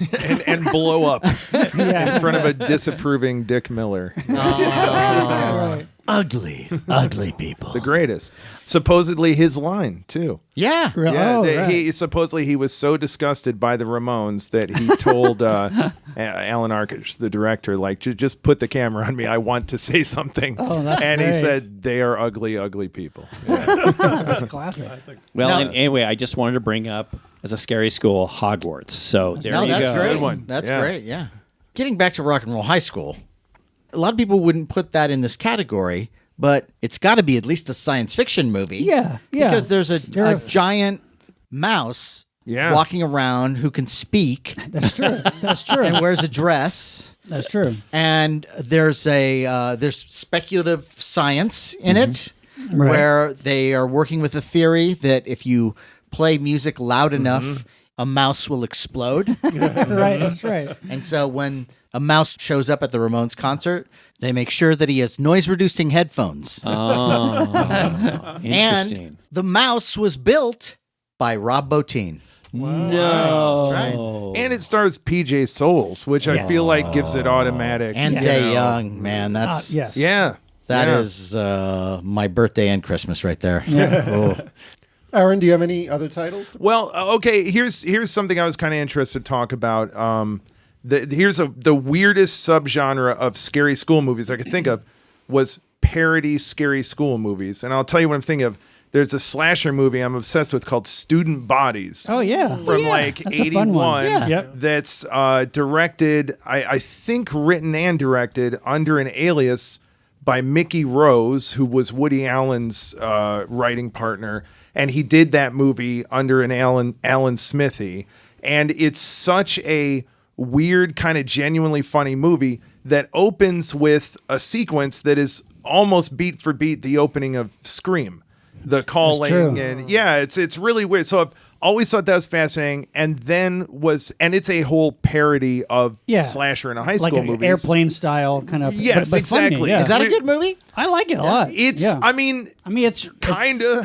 It's weird. Yeah, like it's got enough. It's got that airplane throw a ton of gags to the wall, and 3 of them will fail, and 1 you'll That's go, okay. that was really funny. That's all Yeah. right. And then the other one that's not a good movie, but always fascinated me as a kid, was National Lampoon's Class Reunion, the follow-up to Animal House. So they've just made Animal House, which is the biggest comedy of all time. Yes. Huge. They followed up with a movie written by John Hughes called National Lampoon's Class Reunion. Starts in like 1960 with a prank, a Carrie style tortured kid, prank gone wrong. You go to 20 years later, they're having the class reunion and they're being killed one by one. And this movie was a complete disaster. Like it totally derailed the whole National Lampoon So like an franchise. unfunny prom night. Yes. Yeah. Or Prom Night 2, which is even funnier. Hello, Mary Lou. Hello, Mary Lou. I But, like that one actually. Yeah, that's a good one.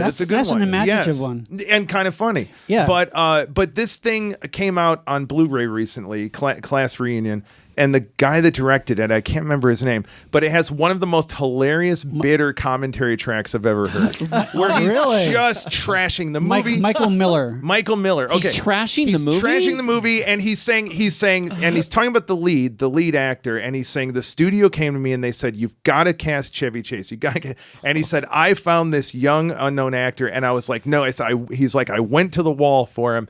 And he sucked, and I should have cast Chevy Chase. like it's just one of those hilarious. Like it's my favorite thing. Like a cigar chomping, bitter Hollywood guy, like Right. trashing the movie for an hour and a half. So Garrett Graham was the. well, it's actually not He's in Garrett it? Graham. It's a different actor, but Garrett Graham is really funny in it. He's Garrett always Graham is great. great I in love everything, him. Yeah, yeah. he's the best. Yeah. I Look, always that's love one I've seeing him. always known about but never seen. But I'm looking at the cast. It's like got Michael Lerner, Stephen Furst. Stephen they got Furst, in yeah. a lot of people. But yeah, that's one I've never seen. But I think you're going to mention.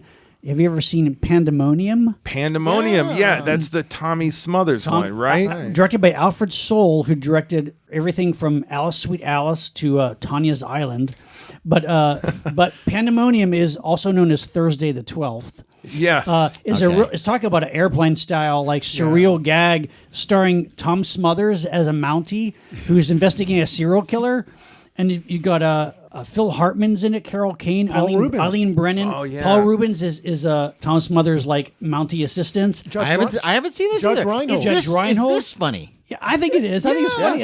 It's like everything. It but seems the like it kitchen would sink. be. I mean, actually, it's a great double feature with student bodies. Well, and I'll give you one more that also came out please. on Blu-ray recently that I saw is called Wacko.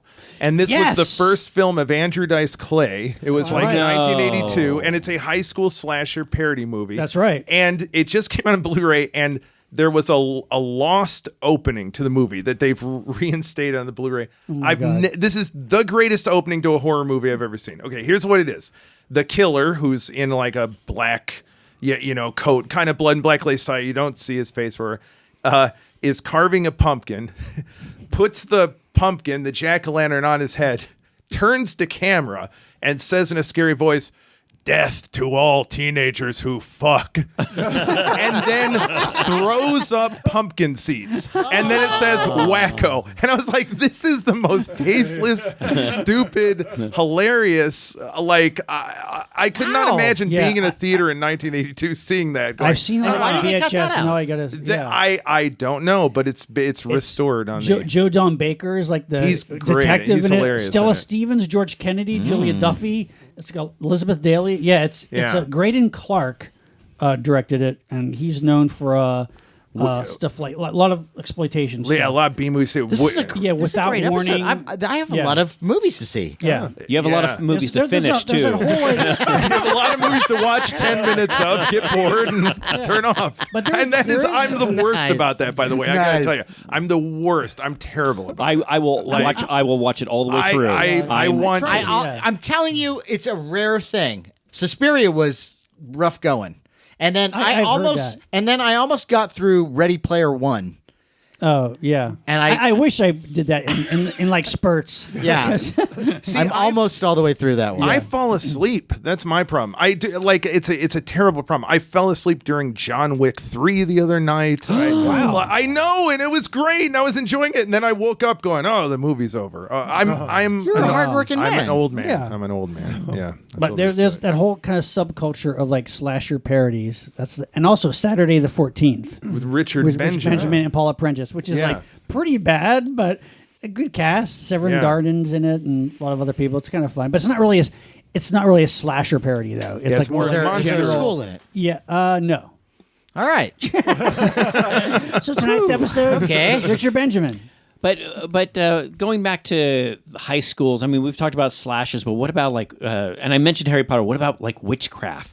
Oh yeah, Like something from 1996, The Craft. yeah. Speaking of movies that seem to have a big cult now, Very A big cult. Yeah, Yeah. that's for- one of for the that right. one. There's one of those like Yeah. or that was not 90s though, but that Yeah. has a new generation of people. Yeah. This is with one of Matt's favorites, Fairuza Balk. Yes, Balk, and yeah. I do like Fairuza yeah, Balk. and Yeah, me there's- too. So these four girls who are I'd say kind of she's the best part of that movie. yeah, Yeah. the four girls who are kind of like outcasts, whether you want to call them nerds or kind of funky, they don't really fit into the school, that get into witchcraft, if you will. And sometimes things work, and sometimes as they get more into the craft, things don't really work out. This is one of the films that my daughter likes. And she actually gave me some recommendations for tonight. So Oh, wow. yeah, Oh, cool. yeah, That was one of them? That was one. And What's the That's other a good one. Yeah, yeah, that's a good one. the ginger snaps. I love ginger snaps. And actually, I and think see, I the turned funny her on thing, to that. actually, and the funny thing Really? is, so that's one. The Craft is one. That's from '96, and then the Ginger Snaps is actually from 2000. And this is a film that Matt loaned me, Yeah. because I was not aware of this film, and he said, because I was trying to look for films for Kathy to watch, like horror films, and this takes place in high school, and there are these school? two girls who are obsessed with death. You know, and if you look at my daughter's room, because she has like little coffins and little like creepy dolls and stuff, and But they do like these photographs. yeah, these where- photographs of like plain dead, if you will. Yeah. Right. Well, trying to make a long story short here, it's nighttime. They're trying to take some photos. That one of them gets attacked by what they believe is a giant dog, Right. and it's really a werewolf, and it's actually a different take on the werewolf whole legend. Yes. And there's some really neat things in it. And there's some like graphic stuff in it that we were surprised about, but it was still pretty cool. There's a little bit of like STD Yeah. element to Right. it. But then there's also, it's almost like, in a lot of ways, sort of the mirror image of I was a teenage werewolf. But Yes. from a female perspective. Oh, that's Exactly. cool. Because these two sisters, they're kind of misfits. One's kind of hotter than the other. Yeah. She's the one who gets bitten by the werewolf, and then she's sort of discovering her sexuality and that she can be alluring, but it's also a way to attract prey. Yeah, exactly. And it's really well done. The acting is tremendous. Yeah, and the effects are, I mean, for that time, I still think it's cool and it's fun. They show a lot more werewolf than let's say American Werewolf in London in a way, but I still had a lot of fun with it, and so did my daughter. It's good. It's got a lot of heart Yeah, to it. yeah. And I would even recommend a bunch of the sequels. Oh, So, those ones I haven't seen. Yeah, the sequels are fun. They're not in the same league as the first one, but they're entertaining. In fact, I believe there's one that's even a period piece. Oh wow. Where it's like Wow. Ginger snaps back or something like that. It's like it takes place in like the Old West or something, but it's them. wow. Really? But it was enjoyable. Cool. Okay. Yeah. takes place in the Old West, like an alternate. Wait, like it's the same girls in the Old I West. forget. I think it's like it's like a lineage thing. But, Okay. But I don't remember, to be honest. But anyway, so there's a couple for you. There's The Craft and there's Ginger Yeah. Snaps. So there's a cool. couple for you. You know, James? back in the early '80s, when I first got HBO, there was this one movie that played all the time with Clint Howard called Evil Speak. Oh yeah. Oh God. Military school. Military school. Wow, put nicely upon- done. Put upon kid. Not a good movie, but he was also. I think it's genius. I love that Yeah, movie. yeah, It's got- he conjures up killer demonic pigs. on like a Commodore 64. Yeah. He summons Satan from a computer. Yeah. No. I mean, you knocked the Commodore 64, but I remember. no. Come on, can we be serious for a moment? No, if you guys, for listeners, if you go to YouTube and type in Commodore 64 to see William Shatner doing the the commercials for Commodore 64. It's like, oh my God, William Shatner, Star Trek, and he's talking about this new personal computer. I mean, it was state of the art at the time. It's great At for the summoning time, the yes. devil. Yeah. And was it the giant boars? What was that all about? Yeah, because he just conjured them up from hell or something. But that's a fun movie, though. It's like kind of the ultimate Clint Howard film. It really is. Yeah. Yeah, that's definitely a guilty pleasure. I mean, we have to talk about Fear No Evil. I swear to God, I was just gonna say that's the other one from that Robert period that Loggia. always comes up. Yeah. Yeah. Yeah. In my, What year is in my that head. from? I'm sorry, Frank LaLoggia. Fear No Evil was 81? 80s, yeah. And wanna say 80 or I always get 81. this guy's name wrong. The guy who plays the Antichrist in that movie. Stefan Arngrim? Yeah, how do you say it? Arngrim, I think. Arngrim. Stefan Arngrim. And he was the kid in Land of the Giants. Yeah. And that movie has a good punk soundtrack too. I think it's got An I think it's got amazing Sex soundtrack. Pistols. I think it's got Anarchy in the UK Yeah. in it. And, Which yeah. Ramones I and- believe it's just been, I don't know if it's Scream Factory, somebody is just going to be Yeah, they're out putting on it Blu-ray. on Blu-ray. Yeah. Yeah. You remember the tagline? Ooh, no. The class of 1981 is going to hell, except Andrew. He sent them there. That's great. Well, if Shout Factory's listening, I know of 4 plucky young that'd be heaven. Yeah. I love podcast that. guys who love to do the commentary. Yeah. That'd be that's heaven good. or hell to do. Well, talk about Yeah, that's a go ahead. great one. Talk about put upon teenagers. This is a much more obscure movie, but it was like a late night staple, like TV, and it's kind of like the ultimate put upon nerd who gets revenge. This is before Carrie. This is 1973. It's a film called Twisted Brain, I don't know this, Sean. also known as Horror High. I don't know this one. I've heard that title, this, but I've Tell never us. seen it. Wait, it was made for TV? No, it was like It's a feature film. super low budget drive-in film, and it stars Pat Cardy, who was like a child actor, as a super like nerdy guy who's like a science student, and he's working on the serum, of course, to kind of separate man's evil from the good side or whatever. And he's like When they play God. It's like the ultimate, like he's got the jocks going after him. He's got the teachers who are tearing up his papers because he's not giving him on. They're laughing at his theories. Yeah, exactly. And he's really awkward with girls. The gym teacher treats him like Oh, crap. those gym It's like teachers. it's just like through circumstances he takes this formula. Then he turns into this kind of like just like a Jekyll and Hyde kind of thing, and he just like does away with all his enemies in like ridiculous, gory ways.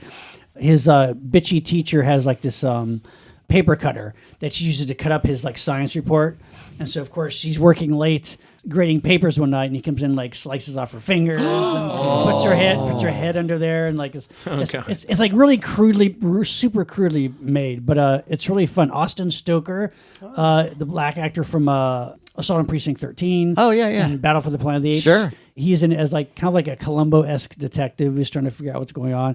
It's really amateurish, but it's really fun. It was always on late night TV. Sean, those things always used to scare me at, Yeah, the paper at my cutter. school. The big ones, Yeah, where yeah. they'd have the big blade that would come down to make that sound. Yeah, yeah. And I always thought about, keep your fingers away. Nice one, Sean. Though I didn't know that one.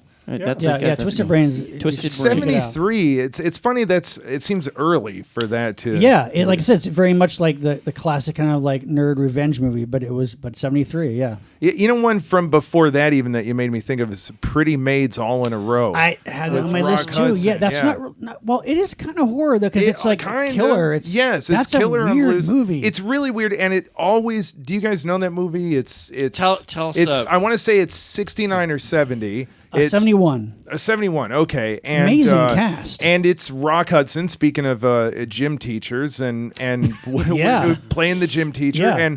and without giving too much away, he's the killer. Yeah, And he's killing teenage girls that he's been carrying. He's the swinger gym but teacher. he's betting all these hot young Yeah. schoolgirls and Then he kills him. and he's killing him, but it's really smarmy and sleazy and Yeah. fascinating because it looks great. But the weirdest thing is it's written by Gene Roddenberry. yes, the last which- person you think would be running something that subversive and weird, right and sleazy. after Star Trek. He's Yeah. making Well, the this. betting a lot of women is right. Yeah, is yeah. over. Roger Vadim directed it. Yeah, right. But it's got Angie Dickinson, Telly Savalas, Roddy McDowall, Keenan Wynn, James Doohan, Wow. Barbara Lee. Wait, am I crazy here? Telly Savalas, am I nuts? Is this the movie pre-Kojak where he's also got the lollipop? I'm no, sure you're right. thinking of a Mario Bava film, which was Lisa and the Devil. That's, Lisa right. and the That's Devil, what I'm yes. thinking of. Which, That's what I'm He thinking. plays Right, Satan, of course. and he has Yes. a lollipop. That's and right. I think that's where you got the idea for Yeah, Gojek. there you go. Who has that lollipop? Pretty Maids All in Rose is a very subversive, weird, pretty graphic movie, like Yeah. sexually graphic, but it's it's really good though. I like it. Yeah. It's good. Isn't school hard enough? Yeah, right. But like in the '80s though too, you had a lot of like kind of horror themed. Of course, Nightmare on Elm Street is a good example too, because Oh, yeah. Yeah. centers around high school kids, and the whole Freddy Krueger's going after them. Laser Blast. Oh, Laser Blast. We mentioned Teen Wolf, Night of the Creeps, which is a fun one with a university campus and alien parasites. We getting were into talking people. about the movie The Substitute with Tom Berenger. Yeah. There's a Danish movie called The Substitute, which is more of a kind of a faculty type plot line. But that's a really good one. And you can get it on video. You can get it on DVD, but it's dubbed, but it's still good. And it's, an alien infiltrating a school. And at first you think it's, to understand humanity, but it's really they're trying to put together like an alien zoo. Oh, okay. But that's a good one. That's one that you don't really hear mentioned too often in lists like this, but surprisingly good when we saw it.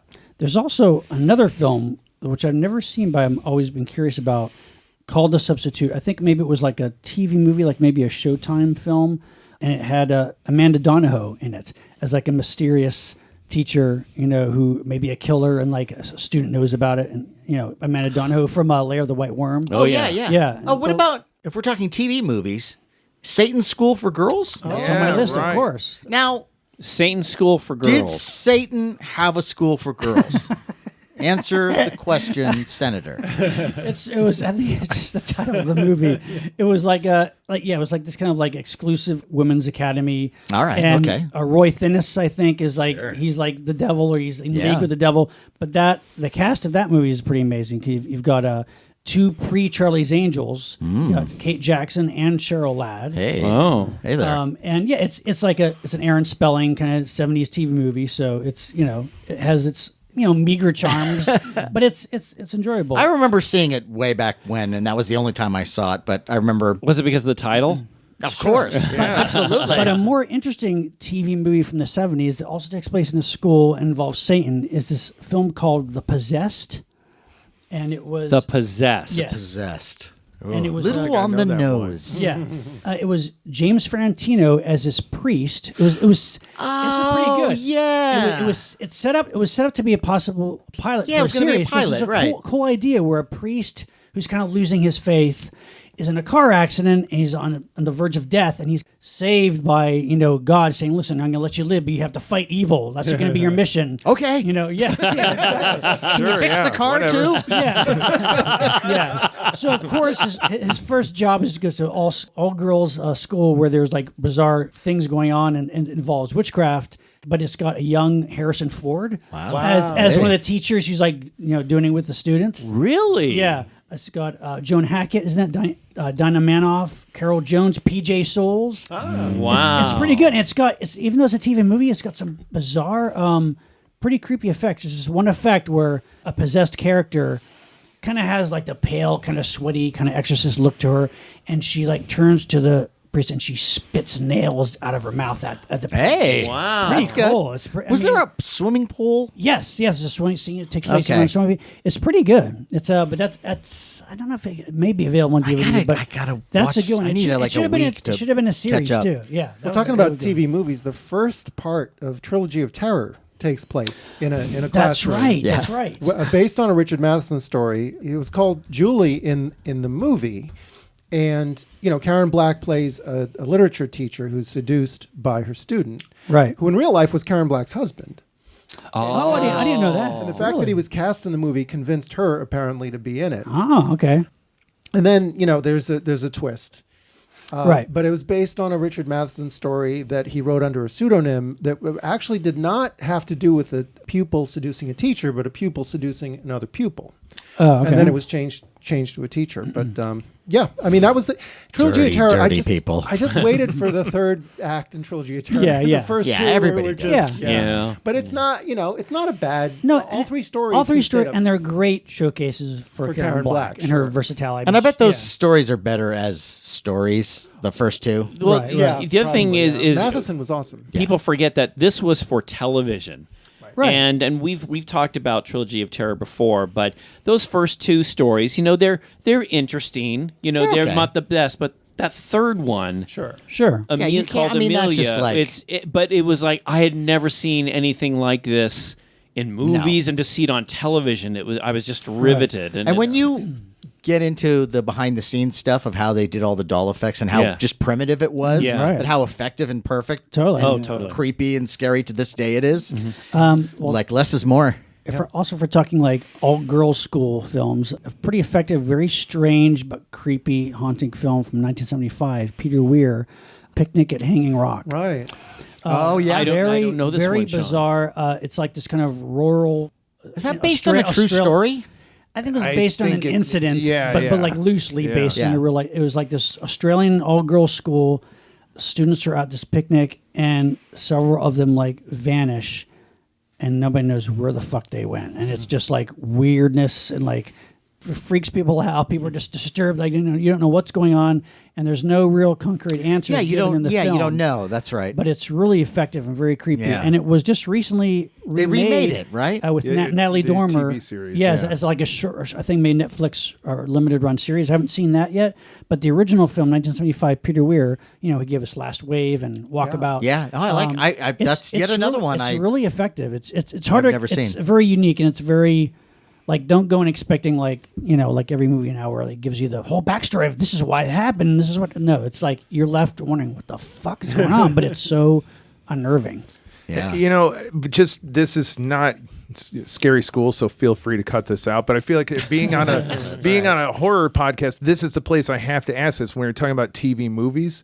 Do you remember how CBS on Friday nights they used to do a late night movie, and they would show like Kolchak? They would Right. show Yeah. their Right. Yeah. TV movies. And Yeah. one of my earliest memories as a kid, seeing something scary on TV, I've never known what this was. It was a TV movie that CBS was showing in that slot. And, it came on saying, tonight's movie, it's a scary movie. And they were showing scenes. And the scene was a woman coming out of a supermarket at night to the parking lot. She pushes her cart out, looks, and the parking lot is like a sea of hands. There are hands grabbing for it. What is and whatever it was, my mom was like, no, absolutely not. Turn the TV off. And I've never Sean? been able No, to that's- figure out what this wow. is. So no one knows. It drives me crazy. I pride myself on my collection of 70s TV horror films, and I don't know that one. I know. Maybe our You're listeners sure would it's know. not Maybe. porn. It wasn't a porn theater. I forgot. Yes, okay. Was it It your was mom not me as a took- child. your It mom was took me you 3 there. weeks ago 'Cause- with Fred Willard. That's how I want to die. See your hands. See your hands. You don't know any of the actors in it, huh? It's like That's all I saw. And I'm sure that you've Googled Sea of Hands in a parking lot. And nothing came up. like about once a month for the past 40 years. Yes, like it's got to. maybe- Sea of hands will get you to a lot of places. Yeah, well, but I really wonder if it was like a Night Stalker episode or I know my Night Stalker episode. Okay. Well, Yeah. if any of our Never figured it. listeners, God, I would love to know. Sounds like too big of a budget, doesn't it? Like for a TV Yeah. movie. Yeah. Night coming up Were they real hands or like little Yeah, that's rubber a good hands? question. That's a good Were they question. six-fingered hands? Yeah, I Was mean, it the same hand over and over again? I say sea of hands. It was probably like 8 hands. You're not thinking of like Repulsion, where she walks through the hallway and the hands come out of the walls. No, but it is that kind of effect. But no, they're coming out of the ground, out of the parking lot. There's a scene. There's a scene in Fiddler on the Roof in the cemetery where hands are coming out of the. Do you remember The dream. yeah, there's a dream scene where It hands could have are been coming that. out. It could have been that. You know, Fiddler on the Roof.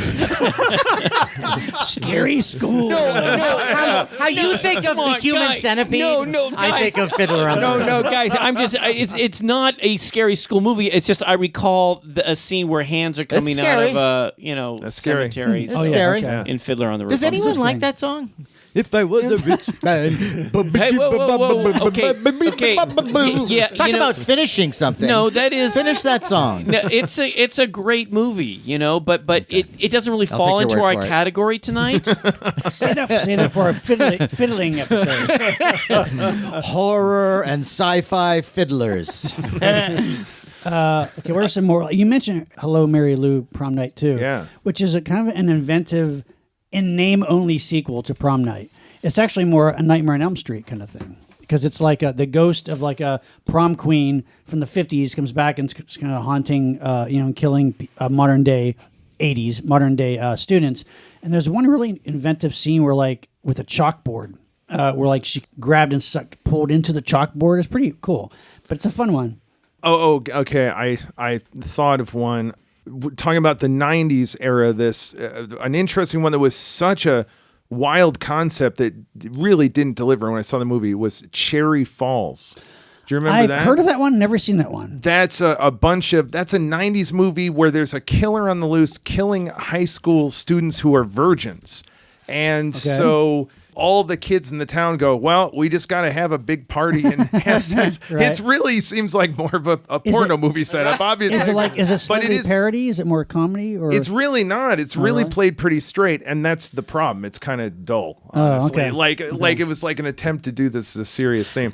But the other quick one I want to bring up that I love that I saw recently was an 80s slasher movie, and I want to say like early, like 80, 81, called Final Exam. Oh, yes. And I really loved it. I saw this one because it was that era of early slasher movies before they figured out that these movies should be entertaining and that things should happen in them. Yeah. And there should be a lot of death. It's That's really a weird one. And there's nothing happens. And there's no explanation for the killer at all. The killer it's is the most some guy. generic, like it's It's some really bizarre. guy at the end, like who has nothing to do with the rest of it, No. which is kind of scary or creepy in its own way. Yeah. But it really is amazing where you're like, no one's getting killed here. No, They're it's- kind of playing pranks on each other. They're kind of hanging out. Yeah, that's like for slasher completists only. Like even for me, because I love the slasher genre, but like that's a hard one for me to get through. There's a long scene in the cafeteria where a girl talks about how she didn't order the spaghetti today, and she wishes she had gotten the spaghetti. And I was sitting there going like, why are they sitting around talking about their lunch so much? From like, the writer of My Dinner with Andre. it kind of has a bit of a cult following now because it's so bad and Yes. so weird. yeah. But, yeah. That's I mean, you can make. I mean,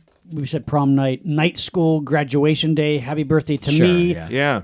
Yeah. Pieces. There's all these take place around colleges or high schools. Well, Black Christmas that we bring up every Yeah, episode now. sure. Right, Which is I know, so right. great. But Right. now we haven't really touched on zombie. There's a movie Mm-hmm. called Dance of the Dead. 2008, directed by Greg Bishop. Very simple plot. It is zombie apocalypse happening around this school, and the zombies eventually get to their prom. These kids' prom. Right. But I like that. the interaction between the kids is great. It's a very nice cast. is it kind of serious or kind of? It's a comedy, but it has a unique point of view and some really amazing zombie attack moments. But that's a great one. Have we had a zombie one yet? No. You know, this is not, I mean, it's kind of a TV show now, but I love those Afterlife with Archie comics. I don't know how much. Oh, those are great. They're so good. Somebody else brought that up before, right? Yeah. And Well, that's Sabrina, I guess, fits in this. Yeah, well, yeah, And, absolutely. I mean, Buffy the Vampire Slayer. Oh, is very oh, much yes, not only yeah. the movie with Right. Lucy It's on my Swanson, list. but then the TV series. I mean, it's totally the high school world. What about also like not focusing on the students, but on the teachers? A film I think we all love, 1962, Burn Witch Burn. That's a good one. I Yeah. didn't even think of that. Yeah. Yeah, that's great. That is such a great That's movie. a fantastic movie. Peter Wingard is this kind of like you know this one, right, Aaron Lee? Christopher Lee, right? I don't think I've actually seen it. Wait a minute, that's No, not not Christopher Christopher Lee. Lee. No, you're thinking of, now you're thinking Horror of Hotel. Horror Hotel. Horror Hotel. That's what I'm No, thinking of. although Okay. that fits in this too. someone does too. Okay, Yeah. right. Yeah. But But Burn Witch Burn. Okay, so you got Peter Wingard. he's this very like a very skeptical, disbelieving Logical. psychology professor who he kind of tears apart the idea of like Which supernatural. is supernatural. And of course, he's actually the target of some supernatural. Well, his wife. Yeah, his wife His is- wife is a secret witch. who's actually protecting him because From bad she magic. knows that it's like he's entered this campus where there's all these behind the scenes politics, and all the other wives of all the other teachers are doing their own little witchcraft to try to get their husband Yeah, to it's the like- next highest spot, Yeah. in this Okay. school. Yeah. And so Peter Wingard, his wife, he finds that she's got all these charms, and he's disgusted by it. So he tells her to throw them all away, and he Throws them in the dumps out all- fireplace. Yeah, He's like, everything. "No, don't do Burns that." them all out. And then, But like, she then- keeps one. Yeah. But then he finds that and Everything once- goes to shit. Like, once he gets rid of that, everything goes to shit. he's suddenly like accused by one of the high school Rape. girls of raping her, and like Yeah. he doesn't get promoted, and like it's really good. It's a really great movie, and it's based on a book by Fritz Leiber, Conjure Wife. Conjure Wife. Conjure Wife, There you go. which is Conjure also Wife, which yeah. was done early in the '40s as Weird Woman, one of the Inner Sanctum films with Lon Chaney Jr. which I've not seen. That's a good one too. Okay. I mean, it's done as a like it's very much the Still, same I'd- story. I would love to see it, yeah. but it's like Universal But 40s. But yeah, it's good. What's interesting in the book, though, is, and I don't believe they do it in the film, but there's a scene where you find out that not only are just some women dabbling in witchcraft, but all women dabble in witchcraft. Oh wow. And like at That one explains point, a lot. and at one point, the Peter Wingard character, his wife has been like, her soul has been taken, so she's like this walking husk, but she can still communicate. And she explains to him, that every woman is brought up with the old ways, and they just happen to just grab this maid and like, hey, you. Do you know any of this stuff? Okay, I do. I dabble in the that's witchy great. stuff, and it's a really great book. Wow, I've never read the original. The book is great, but the film really does it justice. It's beautifully shot. Yeah, a lot of it takes place on the campus. There's Yeah. a really scary scene at night with an eagle The statue. Eagle, is I think it was great. called Night of the Eagle. Night of the Eagle is original British title. It's yeah. gonna sound like I'm kidding, but I'm not. Was Bewitched inspired by Conjure Wife? Was it like? It's What more came- inspired by Bell Book and Candle. Which Okay, came of which- course, which- right? yeah. Yeah, Did that go? there you That go. came first. I don't know I don't whether know. that I came have no before idea. the novel or not, but Right. there's probably some crossover. Yeah. Yeah. Okay. Right. But it's funny how they like it when you take Bewitched and you look at it dead serious. It's Right. a terrifying tale. Oh God! Wasn't there also a movie called I Married a Witch? Oh yes, yeah. Veronica Lake. Veronica It's Lake. good. Yeah. I watched That that with was- my that's kids earlier. not too long ago. It's I mean, good. really? Yeah, Really? it's That's glorious. before It's Bell Book fun. and Candle, Yeah, right? yeah. Yeah, it's really fun. Again, not scary school movie, but Save that for a witches episode. yeah, because I do want to do a witches Sure. episode. Yeah, totally. Well, this has been great. We could go on and on because, Yeah. but Yeah. maybe we could do like just throw out a few like little lightning round Sure. ones. Okay. Okay. Look. Just another one that my daughter brought up to me because when I told her about a scary school, she was so excited. She goes, "Oh, Daddy, Really? you have to tell." Okay. Yes, and because I've shown her one. I mentioned a couple, but another one, and she brought it up to me, and I thought, "Oh my God, you're absolutely right." And that's Village of the Damned. Oh, And, yes, I had and the that. funny thing about it is, you think, well, the school, yes, because these children that are all born have this, they grow quite fast, and they're all really brilliant. And so the George Saunders character, who's a very brilliant guy, brings them all together to kind of teach them and help them with their brains, and so it's a scary school because if you think about it, how would you feel if, okay, you're a really sharp, a brilliant guy, but you have these children that you're teaching, and all these kids know these amazing mathematical equations. They don't and really stuff. need him. Yeah, well, Right, yeah. They're not there yet, but eventually they will get there. Right. And when you think about it, how is it that you consider yourself a brilliant person, but these children who all seem to be able to communicate with each other, they start to surpass you in your intellect. That can be a very scary thing. Matt has gone on to say, based on what a comedian would say, wouldn't a baby kill you for a cookie if the baby again, it's were not like my line. No, It's no, Rick no. But Reynolds. but it's like if you had a giant baby and was angry and wanted that cookie, the baby could kill you. And here you have these children who are really sharp and have these mind control abilities, and that could be a very scary thing. Yeah, totally. But that was one of them that she brought up. Well, it's and then Billy Mooney in the Twilight Zone. It's the same thing. Yeah, Yes, totally. yes. Yeah. And then the last two for me, one would be Christine. yeah, because totally. again, another bully thing in the sense that the kid is kind of bullied. It falls in love with this car. That the car kind of overtakes him and is possessed, and that's a really cool one. And then one I know Matt doesn't like, but I still feel it's kind of scary in the sense, and that's Ender's Game. Because to me, Ender's Game were these kids that are dealing with, they're able to do military type stuff. I mean, they're brought into this military school in outer space to learn strategies and stuff. But all these kids, they're kids. Some of them aren't very nice. And they're using their abilities in the ways of Warcraft against each other. So to me, I found it to be very scary, and this one main character kid kind of has to go beyond that. He has to use his way of how to deal with people. Say, hey, you could always say you won, you did this, and he tries to use a lot of psychology, which actually makes him advance. And I know Matt's not a big fan of it, but I still like book. it. I mean, The movie I thought was neat. I really liked it. So Ender's Game, Christine, there you go. Cool. All right. Sticking with Stephen King for a minute. I know I brought this up on our King episode, but as far as homeschooling goes, Apt Pupil. Homeschooling, yeah. Sure. Wonderful 1982 novella by King that was made by Bryan Singer into a much less successful movie. No. A couple of critical mistakes he made. The kid, played by Brad Renfro, it was way too intense from the beginning. It was a little like, the whole Jack Torrance problem some people had in The Shining. It's like, well, he's already on the edge. But he doesn't have the charm that Jack Nicholson has. Right. And the kid is really supposed to be like happy-go-lucky, all-American, freckle-face, boy riding his bicycle. He's not. He's supposed to be corrupted. Yes. And the kid is already, ready to shoot up a school from the beginning in the movie. Ian McKellen's terrific. And then the ending of the movie is really screwed up. It's much more compelling in the book. So I would say to anyone who's not read the novel, read the novel. Don't go by the movie. What about Sometimes They Come Back? Yeah, no, it's yeah. a great one. And again, a series of movies. Yeah. Which the first one's not terrible. Right. Yeah, I never saw the sequels.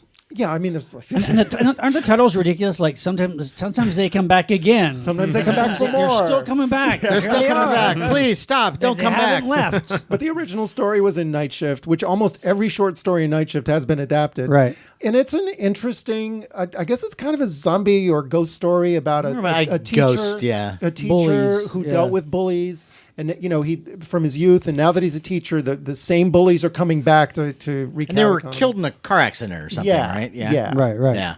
Okay. Well, we have to mention Let the Right One In Oh yeah. and Let Me In, which I thought was good as well, but I always go toward, the original source material. And that one's great. And as I have said before, I really enjoy a good revenge scene. And I think that movie has one of the best bully comeuppance scenes ever in a film in that swimming pool. Now, you guys have seen the movie? Yes? I've seen the original, not the American. Oh, my version. God. Oh, Larry. Matt, I just haven't lived. Your daughter would really love this. Oh yeah, It's a really for great, Kathy. Yeah, it's really good. yeah. really good She'll movie. be into that. And everybody, I think, knows this story, but this boy meets a very old vampire, but she's stuck in this little girl age, and they become friends. And the vampire girl, I think, genuinely likes this boy, but is also sort of grooming him and seducing him to become her next protector, human familiar. Right. And it's great. The relationship between the two kids is wonderful. But then, this kid is bullied. Mm-hmm. And at one point he fights back. But then when he does it, the big brother of the kid he stands up to comes after him. Mm-hmm. And you're led to believe in this scene is going to kill him. And then something happens, and it's glorious. Yeah, it's It's pretty good. really great. And I would also throw out Diabolique. That's another That great was one. on my list too. yeah, me too. Diabolique is Boarding great. school. Boarding school. And talk about a terrible school. There's a love horrible- triangle thing happening within the story that Yeah. ends up having kind of a Interesting twists. Yeah, an interesting twist. But the school itself is so bleak and horrible. Like at one point, I think everybody gets food poisoning, including the teachers. Wow. Actually, that was also a TV movie remake of that film, Reflections of Murder, which is also very good. It was directed by John Badham, and the cast in the remake was Tuesday Weld, Joan Hackett, and Sam Waterston. Wow. Really good, but really atmospheric for a TV movie. Yeah, I'll check it out. Also, throughout, this one is centered around one particular like professor teacher. And this is a classic kind of like 50s film, which I still love. Monster on the Campus. Right. That's fun. That's Arthur fun. Franz is Oh my gosh. infected by the blood of like prehistoric fish. Yeah. I do like And that Yeah, one. I love that I movie, do. and a classic kind of 50s Universal, and so he turns into this kind It's- of it's ape-like. ape-like It's ridiculous. It is, but so I, much I fun. enjoy it. It's I- fun. It's so fun. Yes, that's a Yeah. good one. Aaron, any last thoughts? Yeah, give us Okay. one. Here's the last two I can think of.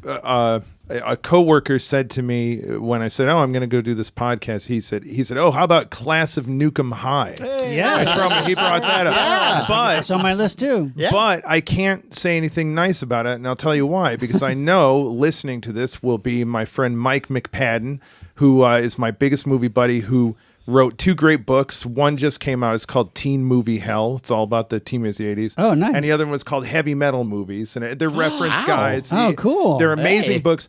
And Mike hates trauma so much. And if I say anything nice about it, that's all I'll hear about. Because I know he's going to listen to this and he will call me up enraged because he's so anti-trauma. So anyways, I just want to acknowledge that one. Was the Okay. one we didn't hear. You're Okay. acknowledging. And All then the other movie that I really genuinely think is underrated is Nightmare on Elm Street 2, which has gotten this whole, I know people hate it, but on the other hand, it's gotten its whole kind of like, people kind of like it in a campy way because of the homoerotic Right. overtones. I saw it in the theater when it came did out, I. in high school or junior high. And I loved it. And the whole thing that people make fun of how the lead actor was effeminate and he had a effeminate scream Right. and they kind of think that's the campy part of it. To me, it was the rare case of a genuinely awkward kid in Right, one of these right. movies. And I found it very relatable and very weird. And to be sitting after seeing Nightmare on Elm Street and to be sitting in the theater going, "Here we go," and to see this weird movie that I couldn't tell if they were kidding or not. And the scene where he starts making out with the girl and The tongue comes out. and is kissing her like it's like girl- he's gonna have oral sex with her, and his giant tongue pops out. with the girl who looks exactly like Meryl Streep. by the Yes, way. yeah. The young Meryl Streep. And he has to tuck the tongue in and he's all embarrassed. I really, even at that age, I was like, this is some weird, profound, There's some disturbing. moments. Yes, it's actually like entertaining, genuinely. but yeah. Then you wind up the whole movie with Well, the Freddy whole- running around the barbecue. yeah, the whole and I con- just the whole went, conceit- come on. Which I hate to say. But the whole conceit of why is he coming? How is he coming to the real world? Like it didn't make any sense. And I hate to say it, but as a messed up teenager, that was my favorite part because we talk about the revenge thing, and then the capper is for no reason. Freddy pops out and just kills everybody all at once, and it was like the end. Hooray! So anyways, I've always thought that was a genuinely underrated one. All right, A okay. scary school movie. Well, Yes. Yeah. well defended. Thank you. yes. Well, Aaron, thank you so much. Yeah, what a Yeah, blast. yeah. Thanks, guys. You yeah. brought this up is he awesome. schooled you. Scary schooled me. No, but you brought up a lot of Yes, great yeah, ones. good ones. You And know you, and you your know your, you're you know one your of horror us. stuff. And you too. guys brought up Fiddler on the Roof, which I in no way expected. Well, man. that was And come now, on, and that now was a you've inspired me on a mission to find out what the fuck that movie was. Yeah, the hand movie. I Sea of swear to Hands God, if in a anybody parking knows, lot. please, because it really has haunted me for 4 Listeners, like, decades. contact Sea of us. Hands is an Alan Parsons Project song, right? God, it sounds just beautiful, like I a like beautiful Alan Alan Parsons Parsons Project. Oh, composition. get out. Yeah. No, I do. Save that for They the got a Alan song Parsons or two. Eye in the sky. Come on. Okay. So, Aaron, what do you have coming up that we can plug? We can Oh, my shamelessly You working on plug. anything that we can Oh, talk about? I mean, Is there another roast coming up that you're doing jokes for? there is a roast coming up. Alec Baldwin. I just saw that. Really? And that's Alec Baldwin to me. That's a great target, and because he's got a crazy history. Yes. he Yeah. doesn't take himself too seriously, but he also kind of does. Yeah, yeah, It- yeah. Like when I was saying, to me, the greatest targets were always like William Shatner, Donald Trump. These guys, they're kind of windbags, and Alec Baldwin to me, I was like, oh, that's great. Do you got a quick Shatner story you can tell us? there was a bit we were doing to open the Comedy Central roast of William Shatner, which I wrote on. Cool. And he was recording an introduction thing with Leonard Nimoy, where he was supposed to be on the phone with Leonard Nimoy trying to talk him to coming. And Leonard Nimoy really wanted nothing to do with the roast. So he really was based in real life. And Shatner was tired. It was the end of the day. And the joke was that he thinks he's hung up, but he hasn't. It's that old thing. And he goes like, "Oh, Leonard Nimoy, you pointy-eared prick." But he hasn't hung up phone. And through the speaker, Nimoy's like, "I'm still here." And Shatner was demanding to do it holding the phone. And I was trying to explain to him, well, the problem is if you hang up the phone and then he comes, you have to do it through the speaker. And Shatner blew up on me. And he was like, "You're telling me how to use a phone? You're telling me how to..." He's telling me how to use a phone. I've been using a phone my entire life, and he's standing there yelling at me. And as someone who grew up, I was like in heaven because I was like, I'm the guy in the booth in that old "You Say Sabotage." I said, I'm the guy getting yelled at. And the next day, I called the producer because I knew the camera's going. I was like, "You have to give me that tape because this is like through the looking glass for me to be the guy in the Celebrity's Worth." And he was like, "No, absolutely not." So I was not allowed to. I could. But God, and the next time, once I was at an award show like a month later, and I felt someone tap my shoulder. And I hear Shatner say, "So we meet again." And I was like, God, my whole life's a kid, the thought that Shatner would say to me dramatically, "So we meet again." I was That's like, awesome. Wow. Yeah, but So it seems like he doesn't really hold any grudges. Well, oh God! By the way, this was it really was like a funny Shatner blowing up thing. He was an absolute delight. He was super funny and great. He had such a great sense of humor about it. Yeah. But when I was walking him out right before he go on stage, he turns to me and he goes, "Now where's my microphone so that I can heckle the people throughout the show and yell at them and respond to their comments while they do their insults, so I can insult them back while they're talking." And I was like, "Well, Mr. Shatner, that's not how it works. You have your rebuttal at the end." Like this, he's about to go on stage. Oh my God. And he's like, "No, I want to insult them throughout the show." And he wasn't joking. He was not joking. No, this was like his whole. And I was like, "Okay, here's how a roast works. You sit there. Okay, go." But he really was like really in the funny. mirror universe. That's how it works. Yes, it's your show. You talk the whole time. And but he was great. He was super funny. That's great. That's cool. Yeah. All right. So you got some roast going. You working on anything? No, yet? I don't even have roast going. I mean, like, So you're working on nothing? He's got stuff, but you can't. Can you really talk about it? I am working right now. I'm on a Netflix series called Paradise PD. That's a very funny, very raunchy animated series that when the first season came out, I was like, I think this might be the career ender show because you're not allowed to do super crazy raunchy comedy like that anymore. Right. And it is a very funny kind of last bastion of that kind of thing. So it's a lot of fun. Cool. Great. Yeah. Awesome. Nice. We're there. Yeah. Well, I just like to raise my glass Yes, and toast. let's do that. Toast to you, Aaron Lee. Aaron, and thank you so much for giving us some spooky scary school. You've graduated to Monster Party. Yeah. Oh God, where's my cap and my monster makeup and my bloody? I don't know. Save me here. You know where it is? Where? In hell. Well, the guy from Fear No Evil sent us there. What a great catchphrase, tagline. That's so good. Time for a listener shout out. Shout out. This week's shout out. Oh, James, you know what I realized? What? We forgot. We've been talking about scary schools. We forgot one of the most important ones. Which one? The whole Twilight Saga. Okay, that takes, what? that Wait a takes minute. place What's that? in high school. Come on, guys. The vampires, and it tells, a different You stopped take. a listener shout out for that? Well, it's a different take on the whole vampire world because these vampires, remember, they can kind of come out in daylight, but it's kind of like overcast because it takes place in Oregon And there's a lot of high schoolers. It's all high school, right? Yes. Or college or... Speaking of which, high school. But the funny thing is they're vampires, Sean. Right. So they're actually much older. They appear as if they're high schoolers. Right. but or they're older. actually... And how many films are there? I mean, what? I know there's 4. many I think books, there's. but I think there's 4. Okay. There's supposed to be 3, but it's like that. The last But one. it feels like 4. Well, it's kind of like The Hobbit. You know, we talked about like right. The Hobbit. Boy, could have been like 2 movies, but it's like kind of stretch it out and make it into the 3. Unfortunately. No, Those are based on books too, right? Yeah, they are. But see, The Hobbit's only 1 book. Yes, granted, it's a thick book, but the Twilight series is also based on books. And look, as much as we want to jump on it, look, it was a very popular It was, series. yeah. It was. It does have some neat elements in it. Does it? Yeah. It You've seen does. Yes, I have. And look, All 4 of them? All 4 of them.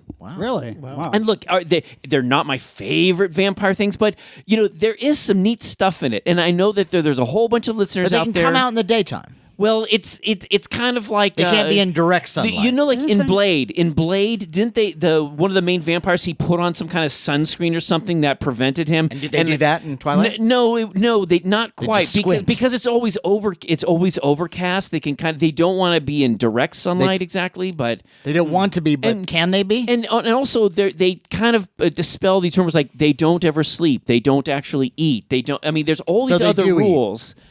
It's they've managed to, instead of like finding a person and sinking their teeth into them and drinking their blood and surviving, the different factions have found different ways to kind of survive. Okay. So I'm just saying, look, it's not for everybody. There's a lot of romance, and I know you're not really a big romance guy, and I get I it. like it when it's good. Oh, okay. And I know people criticize it, but guys, you can't. You have to acknowledge that And it it's does really happen in successful. a school. It does. It Right, does. sure. Do all of them happen in a school? Yes. I mean, Okay. they meet. Just trying to find main, out about the main this, that's characters all. meet in high school, and there's some really neat stuff in it. Hey, look, I'm just saying, Twilight, another scary school movies. Well, So- in Stand Against Evil, we had a vampire prom. That's true. that's right. yeah. That was good. That's Yeah. right. And you wrote one of the episodes. I did with my good buddy Dana Gould. and you did a great job. That was a Well, great thank you. episode. Thank you very much. But all right, well, I'm sorry, James, not to interrupt. Oh no. That's, So you had a I'm glad- shout-out, I'm glad you yeah. brought that up, Larry. Okay. All right. I wanted to do a special shout out to our friend Mark Rem. Mark Ram. We first got to meet Mark and his lovely family at Monsterpalooza recently, and we just ran into him again at KaijuCon here in downtown LA. KaijuCon. Yes.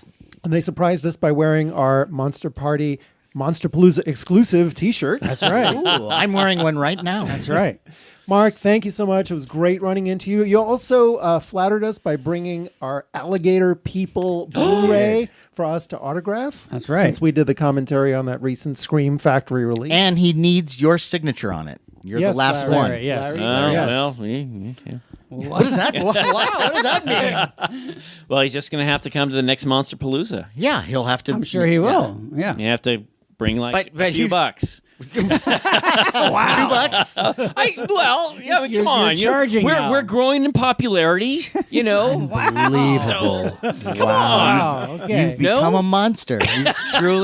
That's what Monster Party does. It creates monsters. The funny thing is that when he sees you and brings it, he'll have a couple of bucks to give He you. probably too. will. He will. He will. How do you like that? Well, thanks, Mark, and family. And family. Yeah. Right. Yeah. No, he's great. I would also like to give, I guess it would be a second consecutive shout out to the Velvet Scream podcast. The Velvet Yeah. Scream podcast. That was a nice take there, Yeah. Larry. I don't know what that A little was. something kind of Yeah, little so- velvety. You know what? It happens. It happens when I mention any other podcast. You can't do it. Yeah, did you hear that, Velvet Scream? Can't do it. Can't do it. I can't help it. God forbid we say something nice about somebody else. No, I appreciate it. Seriously. It's a great podcast. Yeah. I listened to it and talk about like a great just first episode. They hit the ground running. They're great. And How many episodes do they have? I don't know. There might be another one now. Yeah, I think there's a couple. yeah, but I how, listen. how many do we have? It's like over What the 100. fuck is wrong with you? What? I'm They just started. So they're supposed to do like 140 episodes within 3 weeks to catch up with us. Well, they've also told us explicitly that Monster Party they like us. inspired them to start their Right. podcast. Right. Why are you trying to dissuade one them. up them. No, no. Good luck, guys. Go.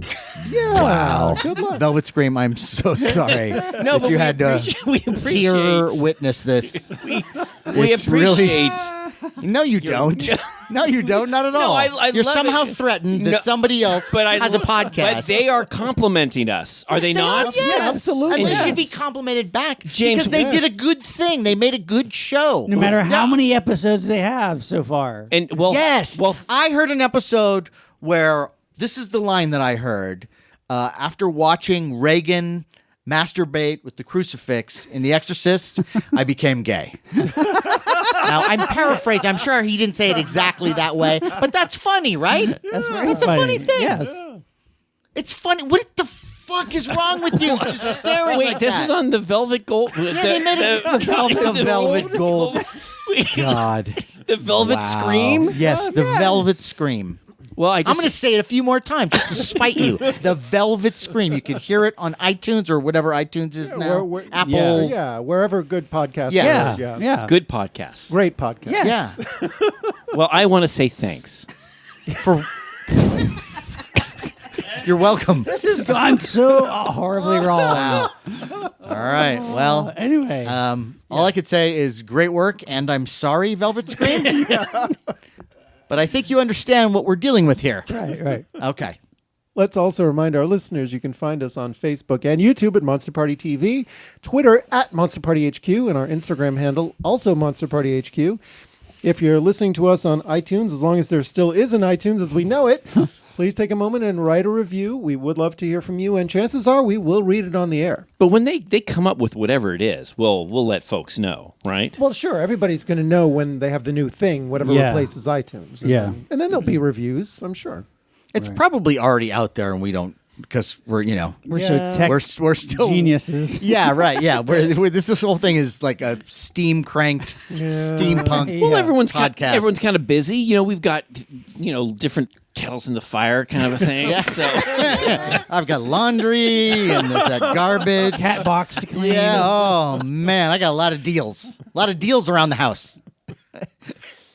We also want to thank, again, all of our listeners and all of our supporters who have gone out and bought the Scream Factory Blu-rays of Vengeance of She and The Alligator People, because Monster Party did the commentaries on both. Yeah, and we've Right. had some nice responses for that too. Yes. Yeah, we were thrilled to see message boards, some nice notices from Yes. former guest Greg Meng. Yes. And Great, Greg Mang. Bigwig. And Tom Weaver. Tom Weaver. Weaver. Legendary master of all genre commentary. We could never be in his league. No, but it was. But yeah, we got the some. fact that he appreciated what we did and Yeah. accepted it for what it is. I mean, we'd love Yeah. to have him on the show eventually. Sure, that would be absolutely. God, great. of Open course. Invitation. I mean, but he's when he does his commentary, he's by himself. Sometimes, We're four. sometimes he's with people. Yeah, well, sometimes he's with people. When we Yeah. had You want to Greg- tell some more lies, Larry? What else? Our guests generally Talk have some a- more shit about the Velvet Scream. Go ahead. No, I love the Velvet Scream. Wow. Wow. Unbelievable. I love 'em. Come on. Unbelievable. It's an Wow. open invitation to Tom Weaver. Our guests usually have a great time on the show. Usually, they always have a great time Every on the show. single Every time. single Yeah. time. What do we offer them? Food, booze. Pressure. No, there's no pressure. We have a great time. Judgment. No, there's no. Well, there is that, but it's all in good fun, and they get like parting gifts. They do. Yes, do. that's true. I mean, Yes, what very other true. podcast does that? No other podcast in the Nobody- entire world. we are the first only ones- one. No, I just First podcast with microphones? No. Look, I just want to point out we had celebrities on our show. We had That never happens on any other We podcast. had Ray Santiago and Dana DiLorenzo Yes, from which Ash. we did. Do you remember this? I do. Ash vs. Evil I do Dead. remember and this. Yeah, I enjoyed it. And they're big. They're doing that TV show, and they told us as we're recording, they said, remember. we do these things all the time, and we never get food offered to us and booze. And remember, Sean got the special beer for Dana, and she's like, "Oh, you're so great," and because you were picking on Sean because you picked that funky beer, and she just loved that. We treat our Way guests to right. Go around to try to make me look bad with the whole beer thing. No, That's all right though. It's okay. No, I don't love the pumpkin spice, but I realize that people do. The point, and that's fine. The point I'm trying to make is they had a great time, and you remember the publicist said, "Oh, how long are they gonna be here?" We said, "Oh, an hour and a half," and they stayed well over 2.5 hours. Yeah. And they looked at the publicist like, "We're having such a great time. We're hanging with these guys." I'd like to think that. No, yes. no, that they could have left if they wanted to. Okay. No one held a Okay. gun All to right, their okay. head, Matt. I think I have proof of the supernatural because I swear I saw your mic slowly try to inch away from you. Well, maybe so. On that note, I am Matt Weinhold. I'm Shawn Sheridan. I'm Larry Stroth. And I'm James Gonis. Keep America strong. Stay in scary school. Especially you, ghoul. There's a ghoul in school.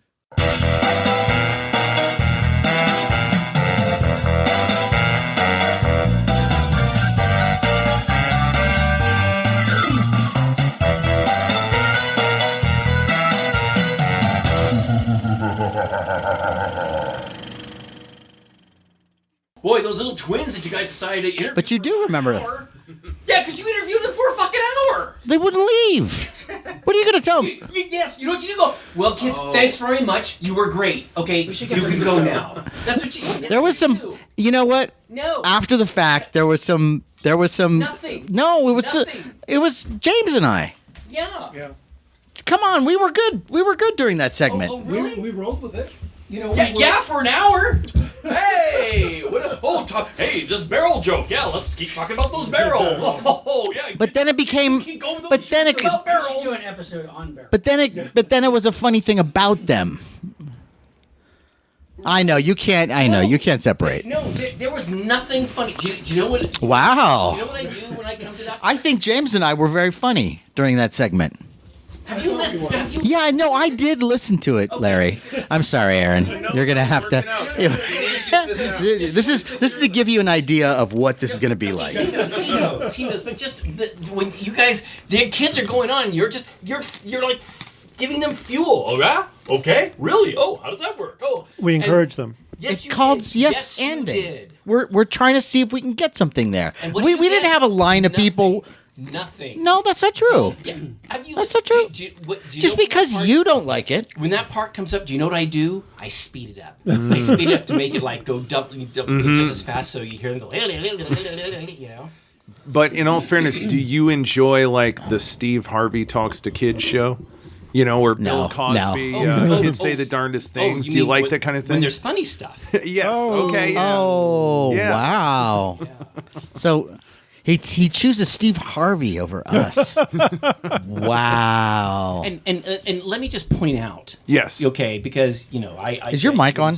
I don't know. Testing. Testing. Could you check? Mine's not on. Mine's on. Yours I is think on. mine. I don't know if Yes. mine. I think Yes. Do I It's sound okay? like Steve All right. Harvey. You sound great. Test. You always Monster sound Party. great. Okay. When you watch the Oh, okay. show, Yeah, that when good? You watch the show. It's not like, oh, that's happening live. I mean, it's heavily edited, And Right. So it's like they may have even done, hey, kids, say this line instead. Ho ho ho. There's none of that. Right. With these twins. You're saying he should have given them funny things to say and coached No, these. what I'm saying is after you, if you listen to the show, It's like we talk to someone for like about 4 or 5 minutes, and then thanks very much, move on. But for some Right. reason, these kids who actually had nothing to talk about regarding monsters, which is the freaking convention, it's like, hey, let's talk about your careers and barrels and stuff. And you. Wait a minute, doing a little sound things. I'm doing some cable work. I know that sounds dirty, but we did not have a giant line of people ready to go right after those kids. We were just killing time. This was late Friday night. What was your big fucking rush?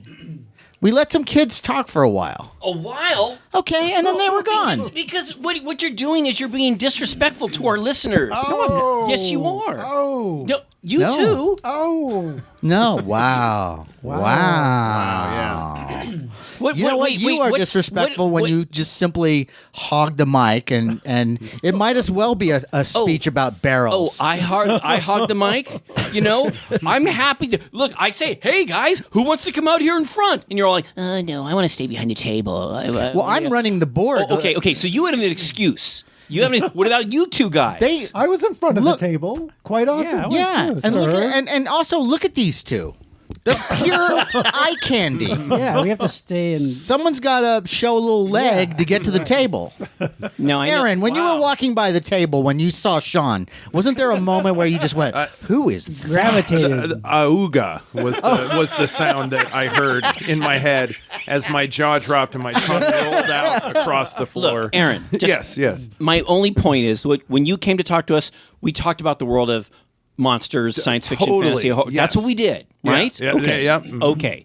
I'm just saying, if Tom Savini came over and started talking about his his flower garden, I go, you know what, Tom, that's great, but you know what?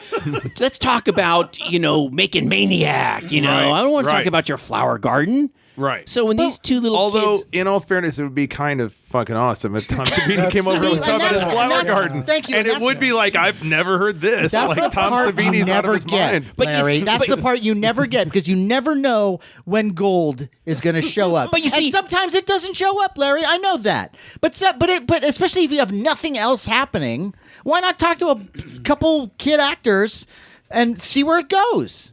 What does it cost us? time.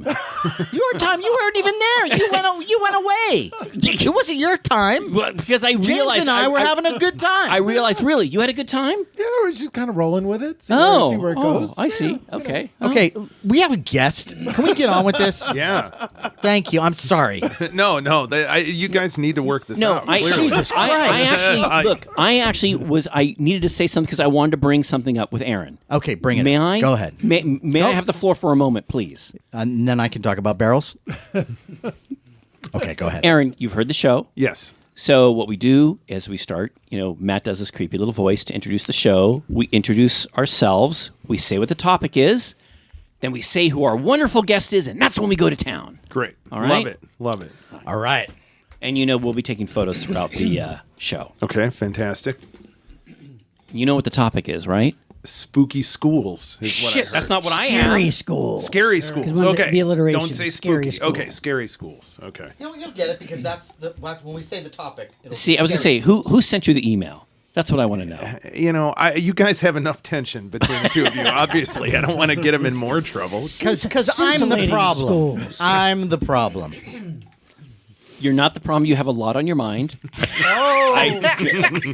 This is really, really what the show is. Yeah, I know. But we must start it. And before we do, everyone has their notes? He keeps them. He thinks we're going to cheat. See, that's the thing. Every show. Every trust. freaking show. No trust. How long have we known each other? Yeah. You can look at my list. It's like, I don't want you to look at my list. He's delighted. Jesus. You don't mind if we use some of this as our little No, extra of course, stuff. of course. We like to throw a little, behind the So you scenes. didn't bring a list. You have it all up here. He's got it Your on his mind, your noodle. You know what? I did write some down on my phone. I did make a little list on the phone. See, now that's a good Yeah. guess. A little bit. And yeah. He's a good guess. And we'll get into it, but I even watched a movie especially for this. Yeah. Surprise us. I'll save it. Yeah. And also, just to remember too, to kind of hug the mic, like. Okay. Really get in there. Yeah. Scary Okay. All right. schools. And you sound great, Sean. Cool. Just to let you know. Sean always sounds great. I know he's always Sinister worried. It's like Scintillating school. episode after but episode. he's speaking into the side of the mic. Is too. he? Yeah. Oh, Yeah. Cool. see, that's your problem. You need to speak into One of it. many. Let's start it. No, he doesn't have many. Okay. Let's go. It's that new liver. It is the new liver. Oh, sorry. Okay. Right? Time for You know what I just too soon? I'm sorry. You are Classic. light. Yeah, You I know. I'm man. All right. Okay, ready? This time for real. For reals is time for listener shout out. Shut up! Oh, Matt, you know what I just realized though? What? James, we were talking about scary schools. I totally forgot to bring up Twilight. Oh. The whole Twilight. Wait, you want to try that again?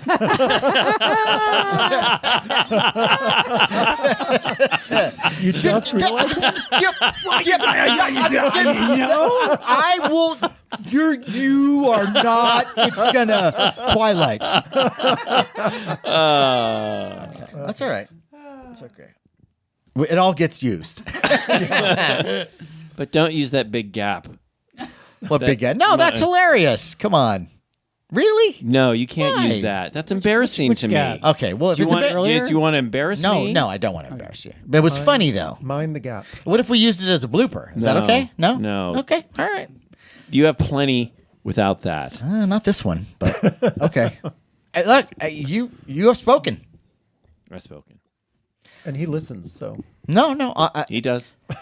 So just cut the gap part. That's all. Okay. There you go. Okay. It's a pretty big gap. No, I'll make it. I'm not gonna. The last thing in the world I would ever want to do is embarrass you. Can you use the stuff about the gap? We're talking about it? Can I use this? Yeah. It's very meta. He won't use the gap, but he'll use the conversation about the gap. Remember that gap?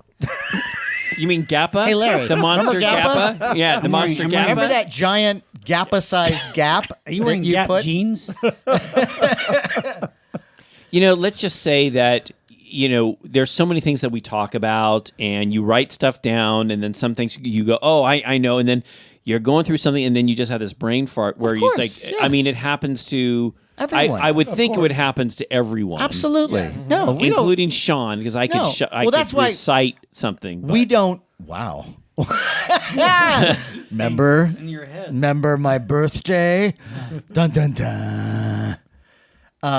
But that's why I thought it was funny rather than embarrassing because we all do those kind No, of things. because I do it more than anyone, you and don't. I No, you jump on don't. you only because you rarely do it, and I just want to point once in a great while, It's fascinating that you remember all He the has a things that journal. we do wrong. He has- like he you has- have it at the tip of your head, ready to throw out. Sean. Haven't you figured Sean- this out? Then I'm just jealous like, and bitter, just like Sean- and I'm like, Sean, just one time I forgot something, and you like have that in your memory, like ready to throw it at me anytime. Sean, okay, he's that's fine. he's got a plastic King Kong that's constantly yelling at him.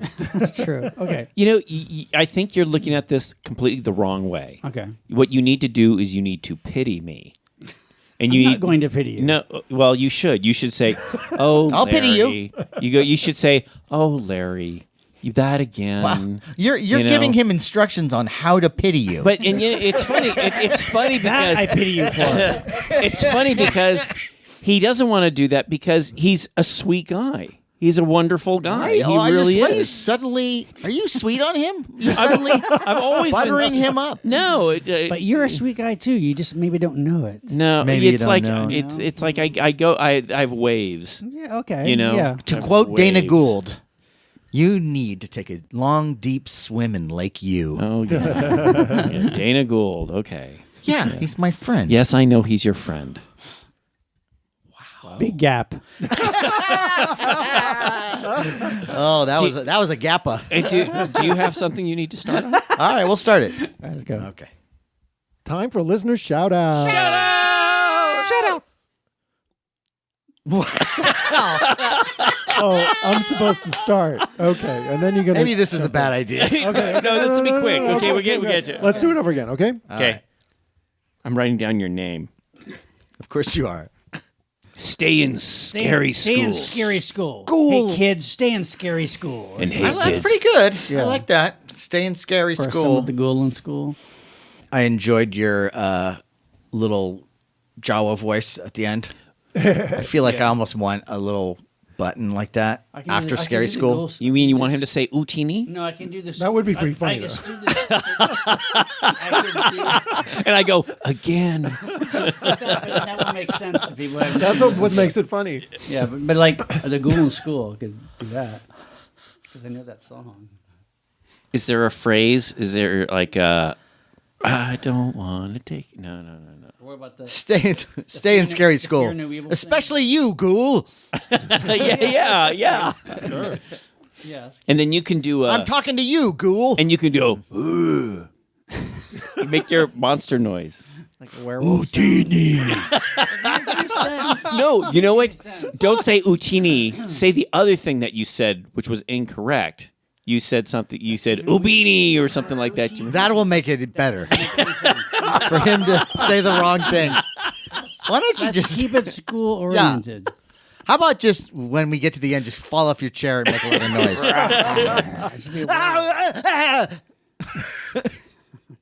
So is that what we're doing? Like, Why don't we try it? Come on, let's just go with it. let's go for it. Okay, Let's see what am I let's see what doing? happens. I'm just gonna do the. I'll do the Ghoul in School song. You can't do There's this. a ghoul in school. But if you, but is that okay? Yeah. There's a ghoul. People in who wrote school. the Ghoul in School song are gonna come after us. I would say in this instance, Just that phrase. You're allowed to say it's like, that song. The title. Yeah. It's that song, and I don't think that Sean's rendition Yeah. is going to alert ASCAP at this point. That's fair. It's like I think there's like you have it to like six words. Yeah, or six or 6 phrases. bars or something. Yeah. Don't give them more reasons to Okay. come down as All right, let's do it. hello, I'm I represent the offices of Murdoch and Ross, and I represent the singer-songwriter of So Ghoul you're in gonna School. say, okay, kids. Remember, kids, stay in scary school. And you're gonna say. Then you're gonna go. And somebody should go. Especially you, ghoul. Something like that. Especially you, And Ghoul. then I'll do this song. Do you want to do that? Sure. Okay, do it good. Oh my! pressure. No, I think This is going to be come on. great. Yeah. Let's give it a shot. Let's give it If a it doesn't, shot. if it doesn't Okay. work, if it doesn't All work, right. All right. Okay, here we go. we're almost out of here. I don't give a fuck. This house is huge. I think you give a fuck. I think you give a fuck. I think you give a little fuck. No, I don't. I like how she comes out of the back. I don't give a fuck. You know, I just saw. There's the little lady. You know, it's funny. Fuck all y'all. I just saw a thing with the amazing Jonathan, and he did that exact same thing, and then he cranked something, and all these little hands came up with the Oh little yeah, word. he was great. I loved Yeah. him. I worked with him a bunch of times. Yeah. He was a great guy. Is he Did I tell dead? you that he's going to go see Kiss perform in Oakland? You mentioned. I think I said it to you or somebody. to me you did. Yeah. I did not know that. Kiss the last time. You're going, aren't you? Yeah. Yeah. You know what? That's historic. This is it. That's According to historic. them, at least. Are they calling it Kiss Goodbye? They he's sing. he's on You fire. You should write for rock. Store your brain for science. You know what's funny? Right for Circus Magazine. You know what I told my daughter? Cream. Do you know there's a lack of brains for study? And so I told my daughter, when I die, can they can take my brain out and use it for scientific experiment? Can I keep it sealed in the pack? No. And you know, here's the thing though. You can't just die and let let your body sit around for a couple weeks. You got to do it within like 3 or 4 days. Yeah. I'm going to ask her to cut it out personally. No, I don't know if she, This one's abnormal. Look, honey, all you got to do is give him my brain. That's my dying wish. yeah, well. I like it. No, believe me, I will It's- cut immediately into your brain It's the to minute you die. Come on, guys. It's for science. Don't you think Yeah. they can learn something from my brain in science? I Bye, guys. I certainly hope so. Maybe there's people they could help True. Yeah. by looking at my brain. Maybe they can help you. Maybe No, they'll I'll be dead, Well, maybe idiots. they can fix it and put it back together. By the No. time you die, maybe they can put your brain back together. No, a brain. You gotta have hope. Yeah. I want an android body, Captain. I live forever. That's a great line. Yeah. And on that note, let's do this. Okay.